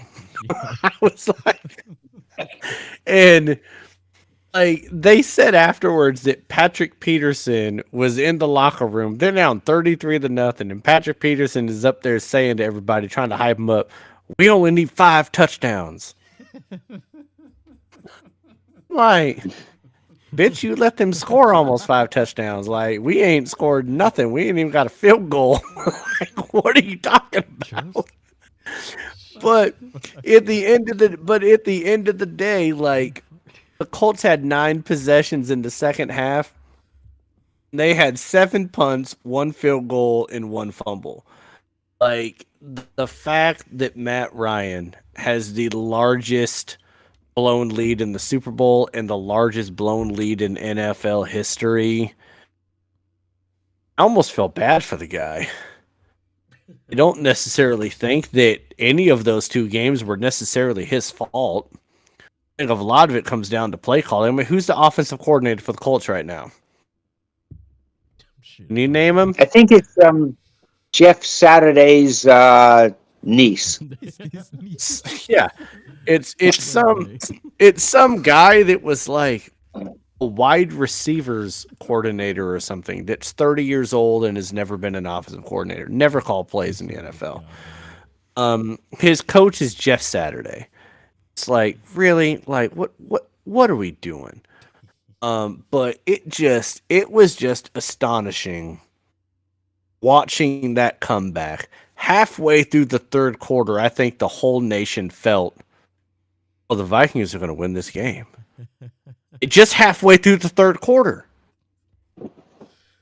And the Colts had also kicked a field goal, but I think everyone kind of felt, oh yeah, the Vikings are going to come back and win this. We can see the avalanche coming. So it was just, it's buffoonery. It's laughable, comical, whatever. Yeah. I can't believe that happened in the NFL. It blew me away because it said I'm now in my work league. I'm in the final round of the playoffs, so absolutely crazy. And who did you start in your fantasy team that's hurt? Was it Deebo Samuel? Yeah, I thought I was cooked. And you thought you wrecked it. You thought you wrecked it. Really funny. The guy who I'm playing in the semifinals, his starting running back was Jonathan Taylor, who got injured in that game, so it evened the playing. Oh my god. Oh my god. You did that, Jalen. That was you. I have to when we get there, I have to tell you guys something else about that matchup. But anyway, on to the next L. The Cowboys and the Jags ended in a pick six due to Dak Prescott throwing said pick six. 40-34 was the final score. Let that sink in, America. The Jacksonville Jaguars scored 40 points in an NFL regular season game. What the hell is going on in Jacksonville? Because they're suddenly, dare I say, good? Is that fair to say? Can I go first on this one? Please do. Because I know that I watched this one live and you guys were watching another game and I called you because I was losing my shit when I saw that interception. Now, first of all, the best name of any football player in the NFL goes to the man that picked off Dak Prescott and ran it back for a touchdown. Rayshawn Jenkins is the best name I have ever heard of an NFL player. And this man got NFC Defensive Player of the Week, the game he had. He had 2 interceptions, 1 return for a touchdown. He had some kickoff yardage as well. But Rayshawn Jenkins, love that name. Dak Prescott finds himself in trouble in the pocket, right? He rolls out to his left. He had no business throwing this football. And he lets it go. And when you're watching, you're like, where the hell is this ball going? All of a sudden, Rayshawn Jenkins comes out of nowhere into the television screen, scoops it up within like inches of the field. And the moment he caught it, I was like, this bitch about to run this back for a touchdown. This is about to be epic. This is the greatest thing I've seen against the Cowboys in a long time. And he ducked and weaved and dodged the 5Ds of dodgeball and like ran it back for a touchdown. And I was like, holy shit. I could not have been the only one that saw that. And I called you like, no, I didn't see it. And I was like, you missed the best thing that's happened to the Cowboys in a long time. Like, that was crazy. But at the end of the day, let me tell you one thing about the Jaguars. Trevor Lawrence. His last 4 games, okay? His last 4 games, 1,100 yards passing, 11 touchdowns, 1 interception, 71% completion percentage. This man is coming of age. He's starting to become the quarterback in the NFL, like he was the quarterback of Clemson in college. And that's the biggest reason why the Jaguars are still in playoff contention right now. Any other thoughts on this game, folks? Other than I agree with Miller saying it's the best thing to happen to the Cowboys, so maybe not we. Are people now? Because I heard, I don't remember if it was Stephen A. Smith or somebody else saying that Dak Prescott is just not Super Bowl material, or not, like that final stretch playoffs, getting into the Super Bowl material as a quarterback. Does this season that claim pretty much because of this? I mean, I don't know if I would say it would solidify it, but it does just add to it, where it's like around this time of the year, it seems like Dak he makes these kinds of mistakes. Right, exactly. Money, what were you about to say? I was just thinking, if people think Dak Prescott isn't a Super Bowl quality quarterback, what does it say about the defense that gave up all those points? Because that ostensibly was a solid defense. I think it says more to coaching than anything else. I think they were out-coached. And it's because if you look at talent, just straight-up talent, the Cowboys had better talent than what Jacksonville had. Jacksonville was just better coached. And you can make a mistake and give up a pick six, but your defense gave up basically 34 points. So you can't turn around and say, well, it's on the quarterback. It's on the... No, it's your defense, which was supposed to be one of the top defenses in the league, gave up that many points. You got to look at coaching on that. You got to say, what were you calling that Jacksonville with a second-year quarterback, and in reality, we might as well say a rookie quarterback, because that first year was just totally wasted under Urban Meyer, could do that to you. That shouldn't happen. A funny thing about that game, guys, is that game featured 2 Super Bowl winning head coaches. And one team's never been to the Super Bowl. And the other one hasn't been to a Super Bowl in like almost 30 years. So that's really kind of funny. What a time to be alive. Any stat that I can find that could shit on the Cowboys, I'm gonna go ahead and throw it out there. Feel bad for the Jaguars though. So I'm gonna stop laughing right here, because next game the Patriots lost to the Raiders 30-24. After we completely fucked up a completely unnecessary lateral pass. I'll start with this one. As a Pats fan, I witnessed the butt fumble, which was the dumbest play I've ever seen in NFL history. But this took the cake. I would have to say this leapfrog right over the butt fumble. This was the dumbest play I've ever seen in NFL history. I can't even necessarily blame this one on coaching, because it clearly had nothing to do with coaching. Yes, it would have been nice if we didn't decided to run the ball in the first place, and we just took a knee and said, all right, come on, do the overtime. But if we're going to decide, let's just run the ball just to see what happens. I don't know how it was never communicated that if it's not there, just go down and protect the ball.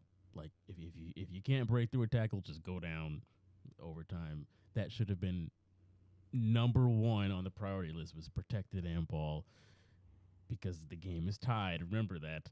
But that was, maybe it was, maybe it wasn't. But clearly, Ramondre Stevenson decides, let's lateral this back to Jacoby Myers. And Myers decides, let's throw it back to Mac Jones for some strange reason. And it just completely fell apart.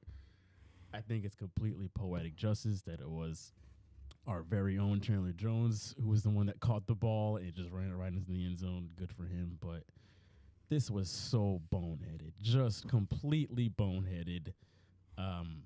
I thought I was going to have a heart attack when I watched this live. I seriously could not fucking believe what I was watching. I was waiting for some sort of flag or some technicality to come through that would bring this back, but no, it was as what you saw is what you got. This was fucking stupid. Absolutely fucking stupid. They were running a play like they were down. Yeah. They needed to score a touchdown to win the game. Don't get it. Like, that was the weird thing. The one thing is that Jacoby Myers, who was the one trying to play hero, flat out said in the post-game press conference or interviews or whatever that, yeah, they were told that, yeah, we're going to run a draw play. And if we don't get into field goal position with it, go down. Yeah. Don't lateral the ball. Like, they were told not to do what they did.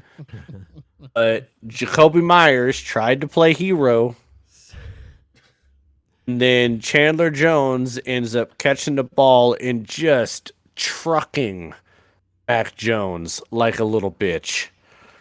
Just like he was a styrofoam cup. Chandler Jones is twice his size. I know, but it's just the way he put him to the ground. It's the way he disrespected that man's manhood. Like, if that man has kids and they see that play, they're like, no, fuck you, daddy. I'll do what I want at 5 years old. Like, that's what's going to happen. They were like, don't make me call Chandler Jones on your ass. So like, that was just disrespectful what he did to that man on live TV. But no, like, that's what you get. You have two defensive coordinators calling plays for an offense. And not only that, but they're so goddamn predictable right now, Jalen. Yes. My God. I heard some stats today. This is just crazy to me. When they line up with the quarterback under center, 71% of the time they run the ball. 71% of the time. When they line up in shotgun, they pass the ball 77% of the time. So depending on where the fucking quarterback is standing, the team pretty much has a 3/4 guess on what the hell you're gonna do. I'm not even. I'm like, what? I know we joke a lot, but I swear to you, I promise you, I could go there tomorrow and I could do just as good of a job as they are on offense, calling plays. I swear to you, I could. That's how bad we are on offense right now. It is a complete shit show. The worst thing, though, is that there seems to be a rift between Bill Belichick and Mac Jones. Yeah, Mac Jones. Because Bill Belichick came out. Yeah. Oh, he's been getting pissed the last few weeks. Yeah. When they were asking Bill Belichick on why didn't you throw a Hail Mary, he said, we didn't think we could get the ball there. Mac Jones in his press conference the next day said, I could have got the ball there. There were some people that did the math that Mac Jones threw a football in that game. It was far enough to get it to the end zone. So there's some troubles going on New England. I never would have thought that I could understand if the New England Patriots lost because of a lack of talent. I never thought I would see the New England Patriots lose because of a lack of coaching. Yeah, boneheaded. They're undisciplined right now, and that is really weird. If you described the ending of this game, you would just assume that we were on the winning side. Like, these are the type of just weird things that we capitalize on. And it's the fact that the tail end of this is just goes to show how bad things are right now. I don't know, because the Dolphins got you guys on a trick play to end the game a few years ago. Gronk was out of position. Look at Nestor kind of posing there. Just he's like, "Yeah, you right, man." A little cameo shot. All right, let's stop talking about this fuck ass team. The Jets decided that they also wanted to make some boneheaded decisions down the stretch and had 3 timeouts and didn't use a single one to go and try and tie the game as they made their way into field goal position against the Lions. This was weird, but any thoughts on the Jets taking the conservative position and not using any timeouts that they want to keep for some strange reason? They must have thought that the timeout carried over to the next game, so I give them the benefit of the doubt that it's like, you know what, let's stack our timeouts for the next game. Or they just reverted back to old Jets mentality of, hold on, we're supposed to be a bad team. Let's go ahead and remind people that we are. So we can't win this game. That's good. No, as good as the Jets are supposedly this season, all right, still deep down inside know they are still the Jets, so I don't expect too much of them. Imagine what Gary Vee was doing if he was watching this game. Man, I was probably had a heart attack. Okay. Probably did. What the hell were they thinking? And I, Jesus Christ! I kept when they didn't call out to the first play or the first pass. I was like, okay, all right, whatever. The second one, I was like, what the hell are they doing? Like, you're moving the ball. Why don't you use one of these? Unbelievable. Malin, G-Money, any thoughts on the Jets?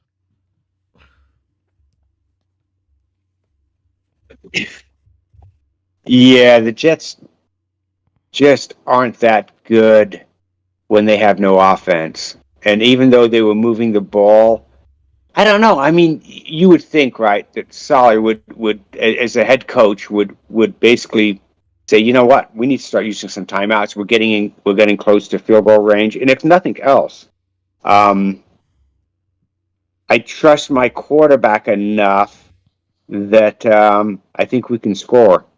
And he doesn't. He doesn't trust Zach Wilson.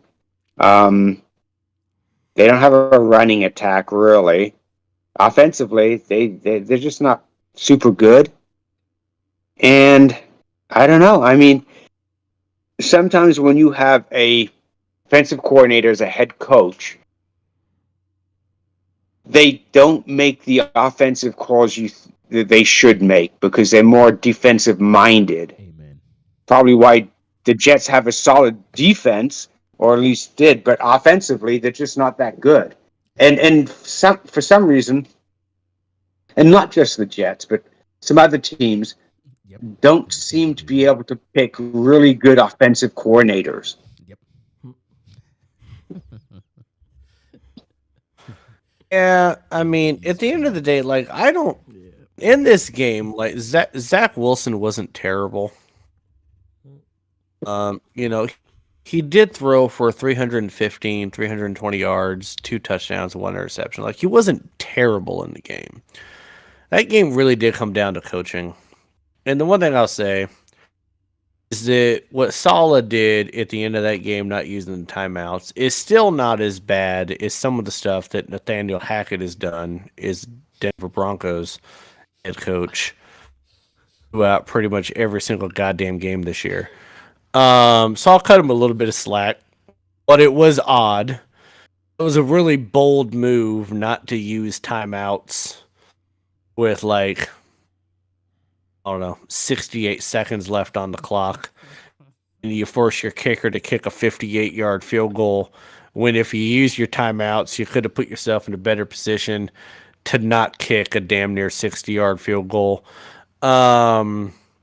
So, I mean, it was an odd decision.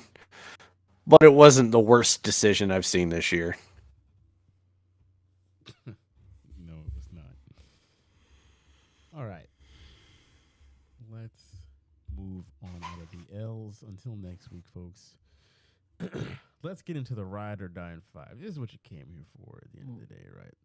This is where you get your best betting picks for this weekend. If you want to make some money, this is where to do it.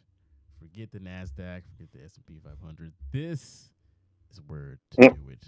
It's in the old ride or die in 5. So, recapping what happened last week, most of us went 4-1. Other people on the show had slightly worse judgment. But, Come on. Malin, myself, and Shaq all went 4-1. G Money and Nestor went 3-2. So hey, we all made money. We all made money. I think that deserves a little round of applause there. Regardless, Malin is still leading the charge at the first place position. I'm right. 120 wins, 74 losses. He is over 46 games over 500. I am in second at 136 wins, 99 losses, over 37. Shaq is 123 and 106. He is over 17. G Money, 36 and 33. He is +3. And then Nestor, 14 and 16. He is -2. He's close to sea level. He's getting right there. Give him one more week. He'll be back over there. So that's where everybody. Don't worry, Nestor. You'll never be number one. It's okay. Don't worry about it. Just do a little streak, and he'll be right there. It's hard to be on top. I think I've been number one for like 48 straight weeks at this point. We're patting our own backs now. Let's start hey, no one else is gonna pat my back. I mean, you must be drinking some bad whiskey and it's just making you blind. Hey, I'm just saying. Let's start with tomorrow night's game. Now, this is how the NFL is this year. If you would have saw the Jags and the Jets as a Thursday night game, you can go ahead and turn in early, set your alarm for 4 a.m. for all that matters. But this is actually a pretty good game this year. The Jags, Jets, both have some playoff implications here. Both solid teams, if not good. So let's start. Nestor, this is, as of right now, it's a pick'em game. So just pick straight up. Jags or the Jets? I'm not doing this. Jags has all the momentum, and the Jets have all the momentum downstream. So why would I pick the Jets? Why would I? Even if I wanted to pick the Jets, I wouldn't pick the Jets. So give me Jacksonville. They have Trevor Lawrence is doing way better. The Jets are kind of like every time I see their next game, they're doing worse than before, as expected. So give me Jacksonville. Okay. I'll disagree real quick. I'll take the Jags as well. If Mike White was playing, I'd have a little cause for pause. But even if he does play, he's probably not going to be healthy, and someone tells me he'll probably injure himself again. So Jags on the up. Trevor Lawrence is playing lights out. Give me the Jags to win this in MetLife. They're playing some really good ball right now. So sorry, Jets, but not having it. Shaq, go ahead. I'm also going to pick the Jags. Like I said, they're on the up and up. Yeah. I see themselves trying to make the best run they can towards the end of the season. So go ahead and give me the Jags to win this one. Malin? Why does this keep happening to us? Like, why?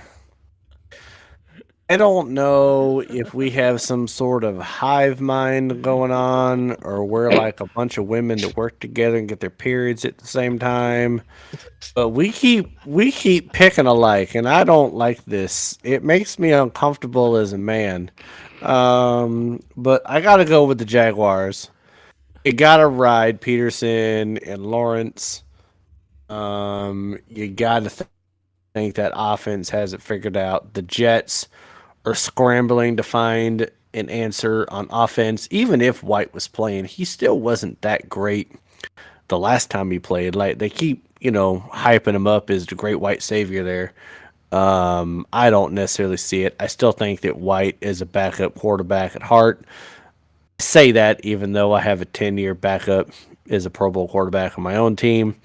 So maybe in 10 years he can be a Pro Bowler. But yeah, you got to go with the Jags on this. Money.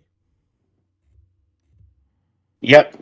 Going with the Jags. Moving on.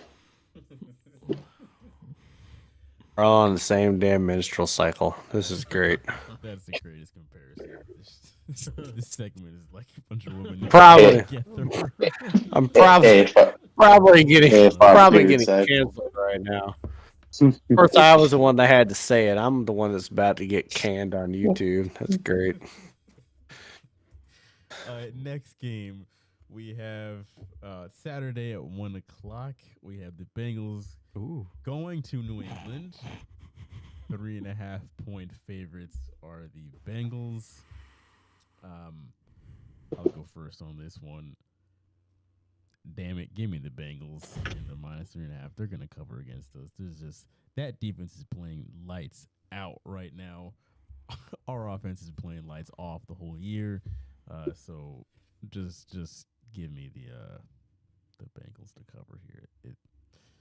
It shouldn't be very hard for them to take care of their business. So I'll go quick too. Bengals. I just don't trust right now, you guys. Having that offense, I don't trust it at all, and I haven't trusted it the whole season. I have Jacoby Myers on my fantasy team, by the way. Poor So yeah, give me Cincinnati. Damn. Have a great electric. Yeah, I know. Offense. So yeah. That might be why you're near the bottom on fantasy if you got Jacoby Myers starting. Jesus. Go ahead, Malin.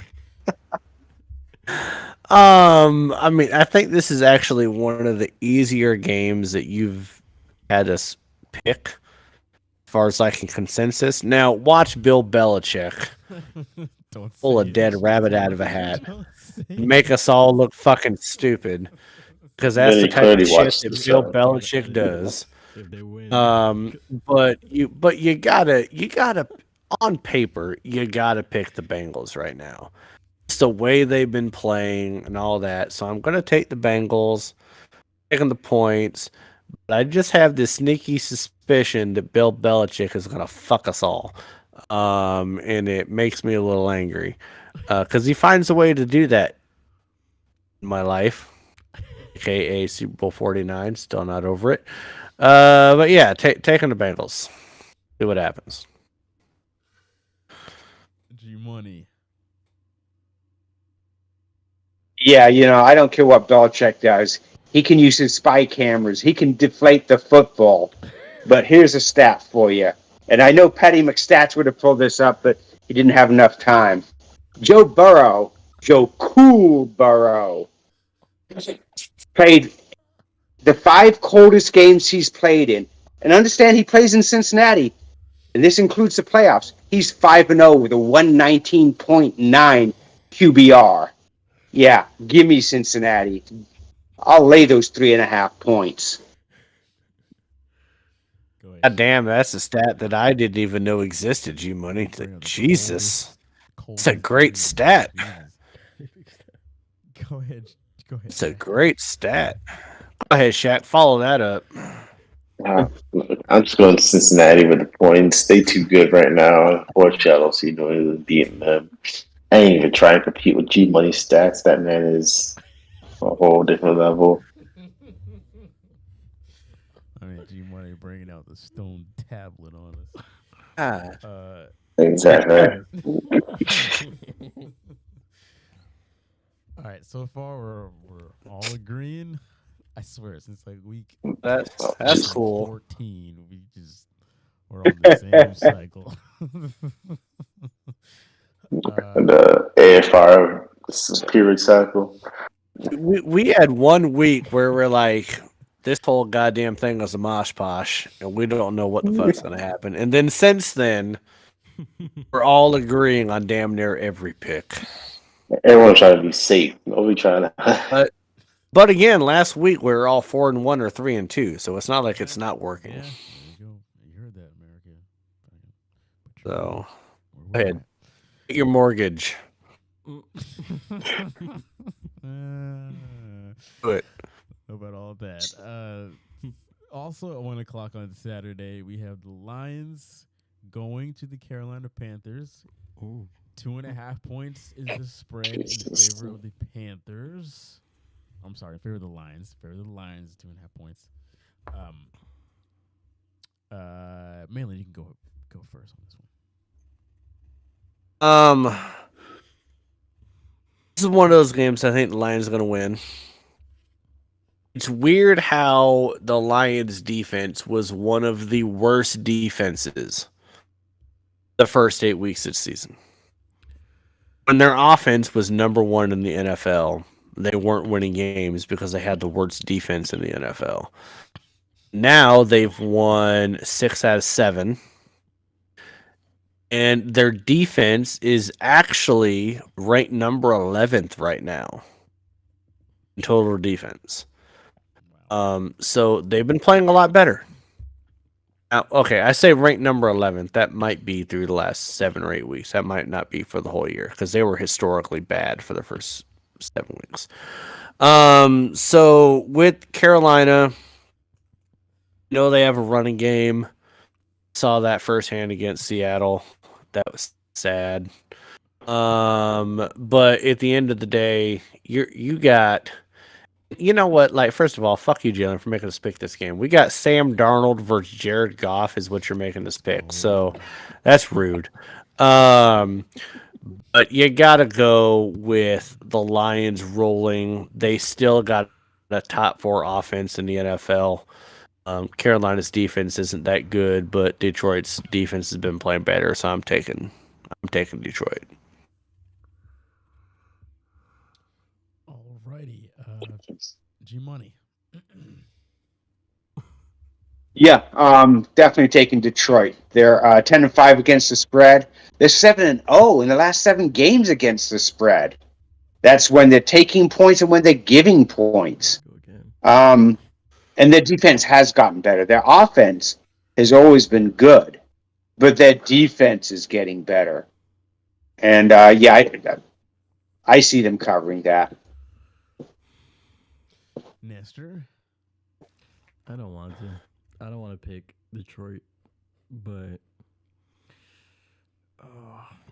you have to. Because Wait a minute. Just an hour and a half ago, this man was basically insinuating that Carolina was going to win this game. I told you guys that when I was going to pick. He hinted towards it. Did we make you flop? Did we make you flop? I trust Carolina Panthers a lot. I trust them a lot. Wow. But do you really? What did they do? They beat the Steelers? I mean... Okay. No, look. They beat the Pittsburgh Steelers? Yeah. So what does that even mean? And they beat the Broncos, so... World beaters. Where are we going now? Like, what are we doing? So... You gotta bring that up. Give me the They beat the Seahawks, too. So... Damn. Should I... Give me Detroit. There we go. Yeah. By the way, I wish. All right.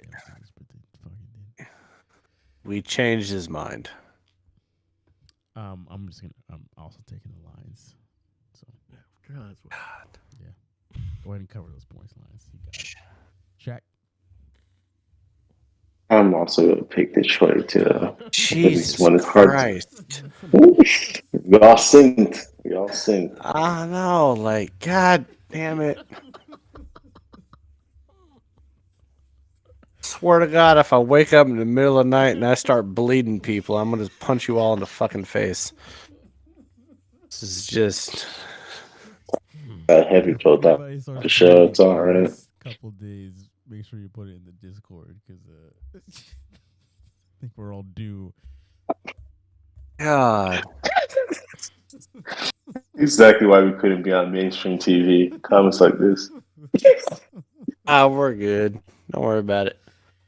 Next game, We'll clean up when we get big. we got a NFC East showdown between the Eagles and the Cowboys. 4:30 on Saturday. 4.5-point favorites are the Cowboys. Now, Jalen Hurts, I guess there's a question mark on whether or not he's going to be playing. I'll just go real quick here. I am going to take the Cowboys to cover here. I don't trust this Hurts news. I think that team goes as far as he goes. So if he plays, if he doesn't, if he's kind of iffy, I don't like that at all. 4.5 points. I think the Cowboys can cover this at home. They'll be kind of upset they just lost to the goddamn Jaguars. I think they cover their points against their divisional rivals. So, Shaq, you can go ahead. I'm also going to choose the Cowboys. I think the Eagles are going to be very hesitant about playing Hurts, even if he's okay. They would try and at least give him a break because they know playoffs are coming up soon. So they're just going to go ahead and sit his ass down for at least a week or two. So the Cowboys, I think, cover the 4 points. Needed to be purely because Hurts is out and the Eagles could very be questionable without him. So give me the Cowboys. Malin, go ahead.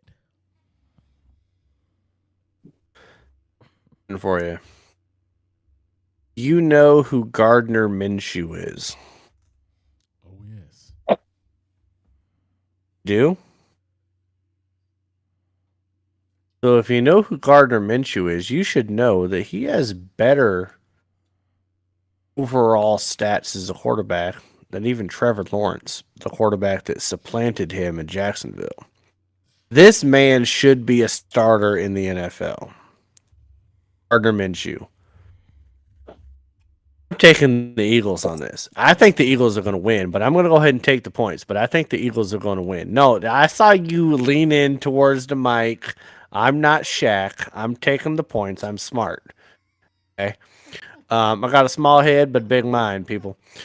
But when you have a quarterback that wears jorts to a game, that's a confidence that not many men have.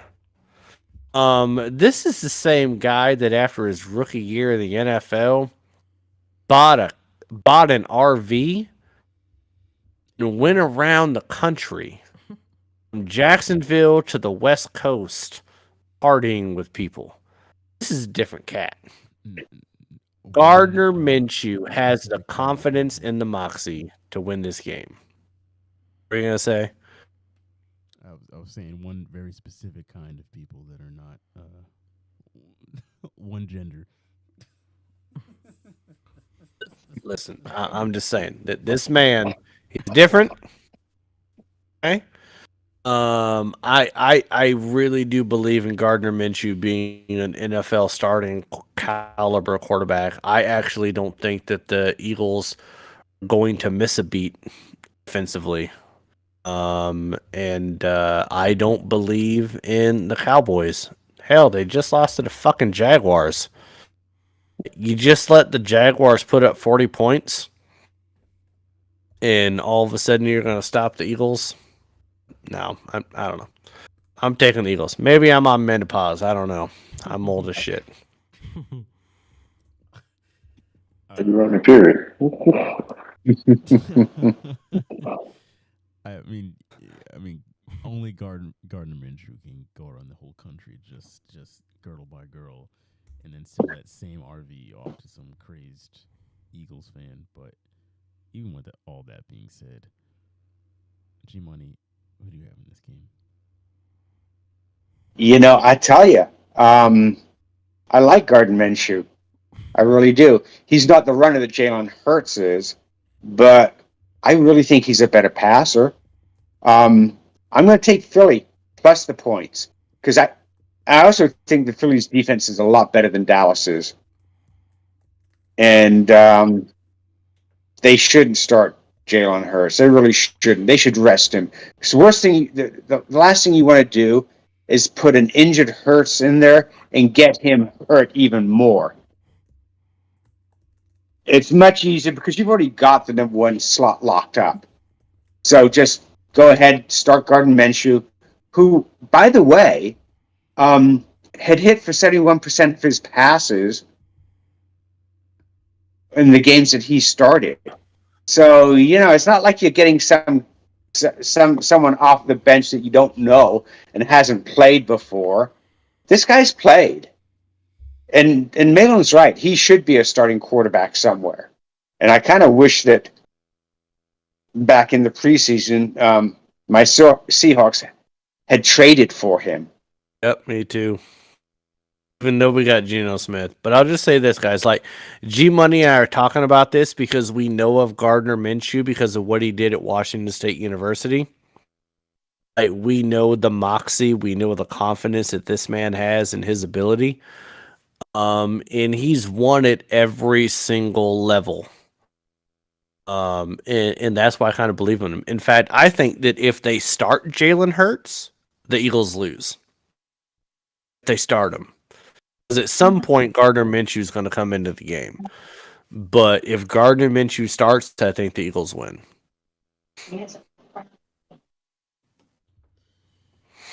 Go ahead, Nestor. Way quick on this one. I think this is the first time me and Malin agree on a game. Where we're all not. We've agreed on damn near every single. We've agreed on every game so far. When we're not all going for one team. I see what you're saying. So, okay. With that exemption in mind. So, yeah, I'll go with Philly.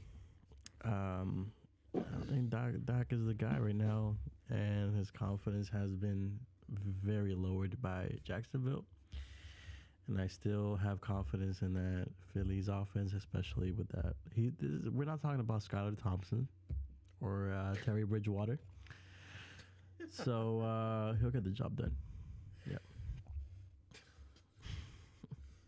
All right, Shaq. Cowboys.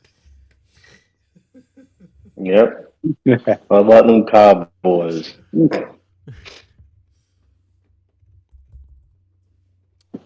Jalen, really quick. Oh, go ahead. Hold on. You see this picture? See this? What? Bit. You see that? Well, you see that man wearing the porn star suit? What? The red. You don't want to know who that is? Is that Gardner Minshew? Gardner Minshew getting on a plane to go play a bowl game as a senior. Okay. That type of man can wear that, doesn't lose to the Dallas Cowboys. I'm just throwing it out there. Well, go ahead and Google it. Gardner Minshew bowl game thing. Pop up and you'll be like, God damn, that man has some confidence. Shaq, if you could live in an RV just going across the country picking up girls as you go, would you take up on that offer? Yes, absolutely. If anything, that sounds like the ideal life.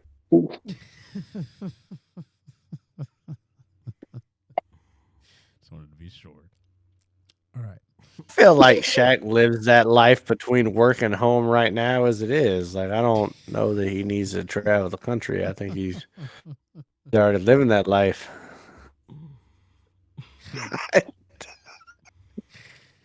Interesting. That deal.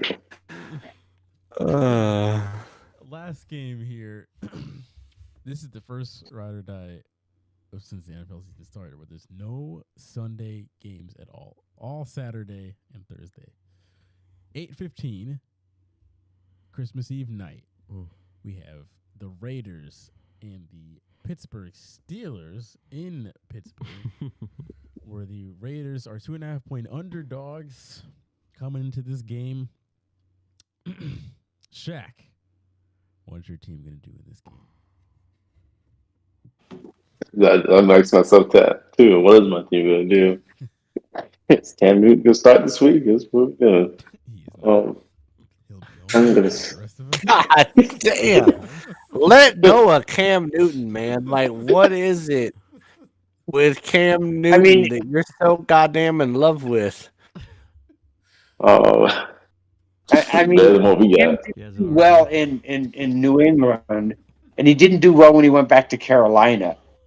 So he's definitely not going to do any better in Pittsburgh a year later. He wasn't bad in New England until I got COVID, but I'm a little bit concerned about Shaq. He's over here like scratching his neck like his ass got leprosy or something. Like, what the hell's going on over there, Shaq? I'm trying to take my team in points because they should win this game. They should. It's 2 points. But go ahead and take it. You're at home, so I'm just saying. My fingers hope for the best. If I'm. Look, it pains me to say this. I'm picking my own team. Only because if the other team wasn't so godforsaken on my full, I would pick them, but that's just what I'm going with that. G Money, what are you thinking here? I'm taking Pittsburgh. Let's be honest. They've been really good against the run the last few games.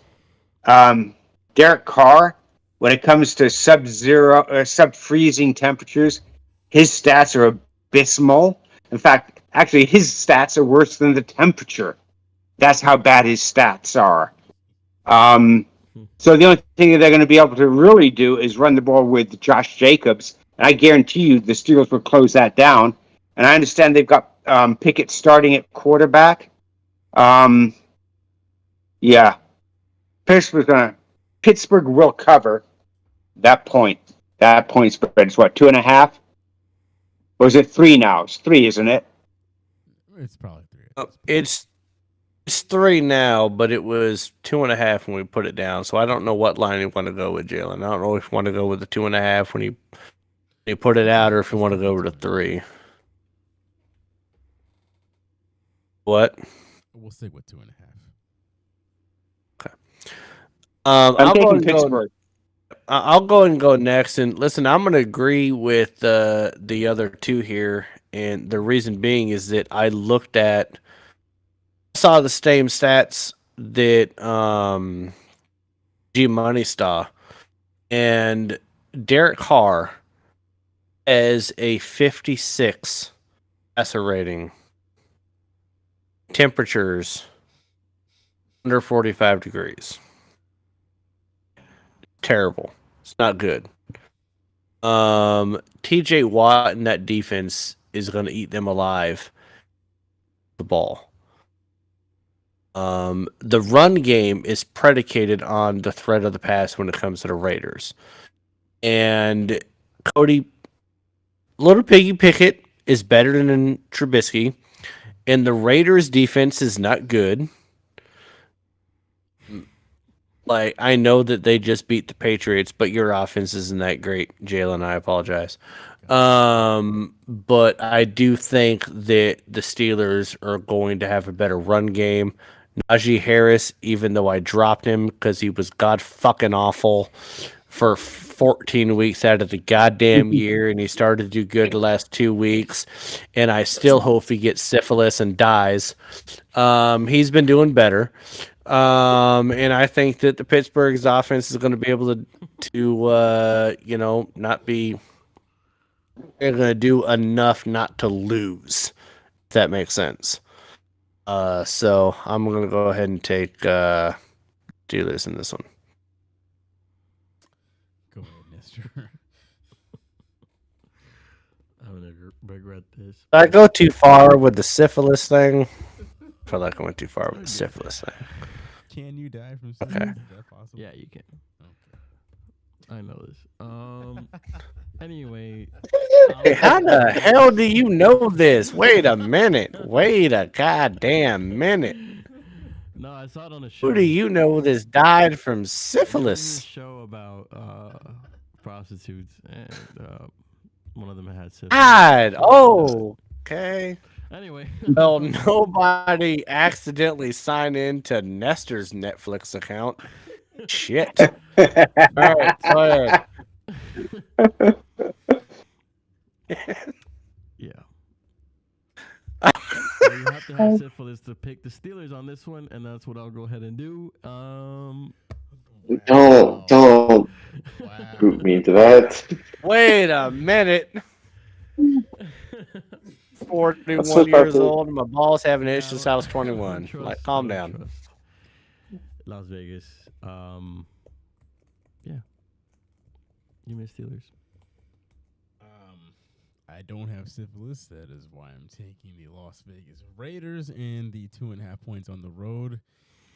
Yes, Derek Carr does not perform the greatest in bad weather, but whether it's Mitch Trubisky or Cody Pickett is Little piggy Pickett.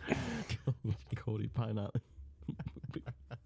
You act like that's the first time I've used that nickname for him. No, I think it's just great. I've used it since the draft. We did the draft live together, and I've used that nickname since then. No matter who is starting for the Steelers, I just don't trust them. I don't trust them at all. I haven't trusted them this whole year. When we seem to pick them on this segment of the show, they always seem to not cover their points. So I'm going to continue with that. I haven't trusted that for about 2-3 years. We might have syphilis, but you are on Syphilis Island. And I will gladly take that. I think the Raiders can get the job done. I think they're just going to win the game outright, but I will take the points with the Raiders on the road. There you go. On Smart. Saturday night. So, yeah. No Sunday games. All the Sunday games were god awful. You had the Bucks and the Cardinals. Only like 3, right? Yeah, we went 3 games. Bucks, Cardinals. Oh.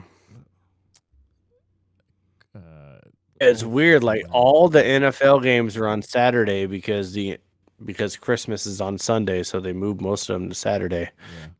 So they didn't want to compete with the NBA schedule, even though I still think they would have trumped it. I think this is the first year they've done something like this.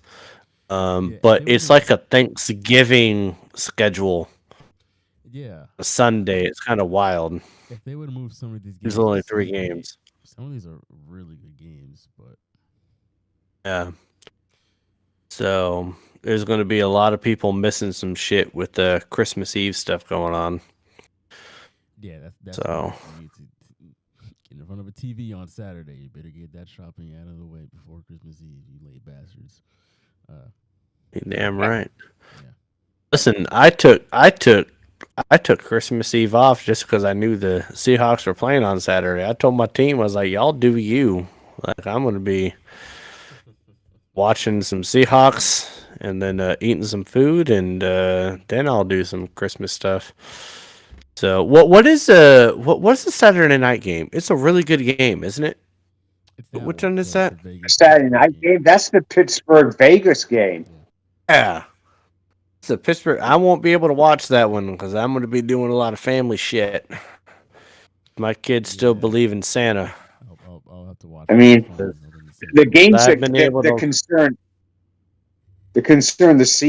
us being Seahawks fans are on Sunday. Denver Rams and Tampa, Arizona, because definitely want Denver to. You want the Rams to beat Denver, and you want Tampa to beat Arizona because I don't want Arizona jumping up and all of a sudden moving ahead of us and getting a draft pick. That's and taking a D lineman or something. I gotta be honest, I'm a little bit pissed off that Denver starting Rippon and not letting Russell Wilson start this week because I think they have a chance to win. It's fucking up my draft pick. Not happy about that. Goddamn bastards. I don't Jesus Christ. Your mom said she read this afternoon that Wilson was actually going to play.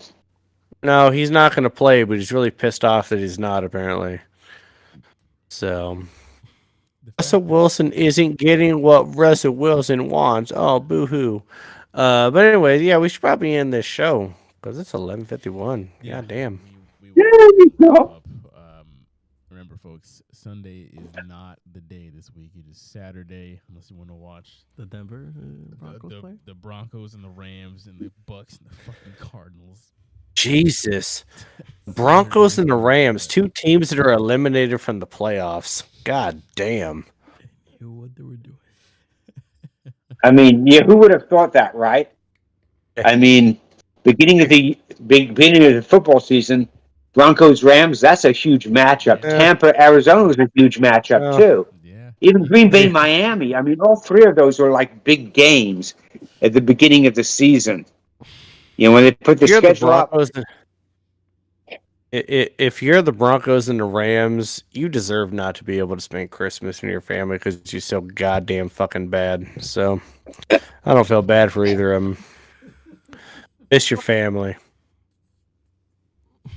Well, and same with Tampa, Arizona. I mean, I mean, no one knows who Arizona's going to start a quarterback because their starting quarterback and the backup quarterback are out, and Tampa Tom doesn't have a family anymore, so won't be spending Christmas with the kids.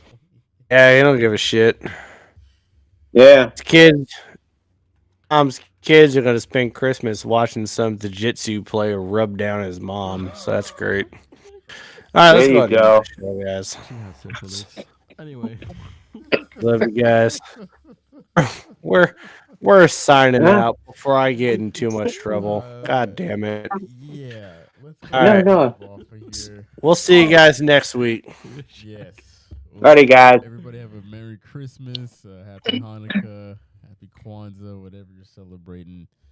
We got one more episode in this year before it's 2023, so we'll see you all next week. Have a good week. Enjoy your holiday. Peace out. We'll see you soon. Peace.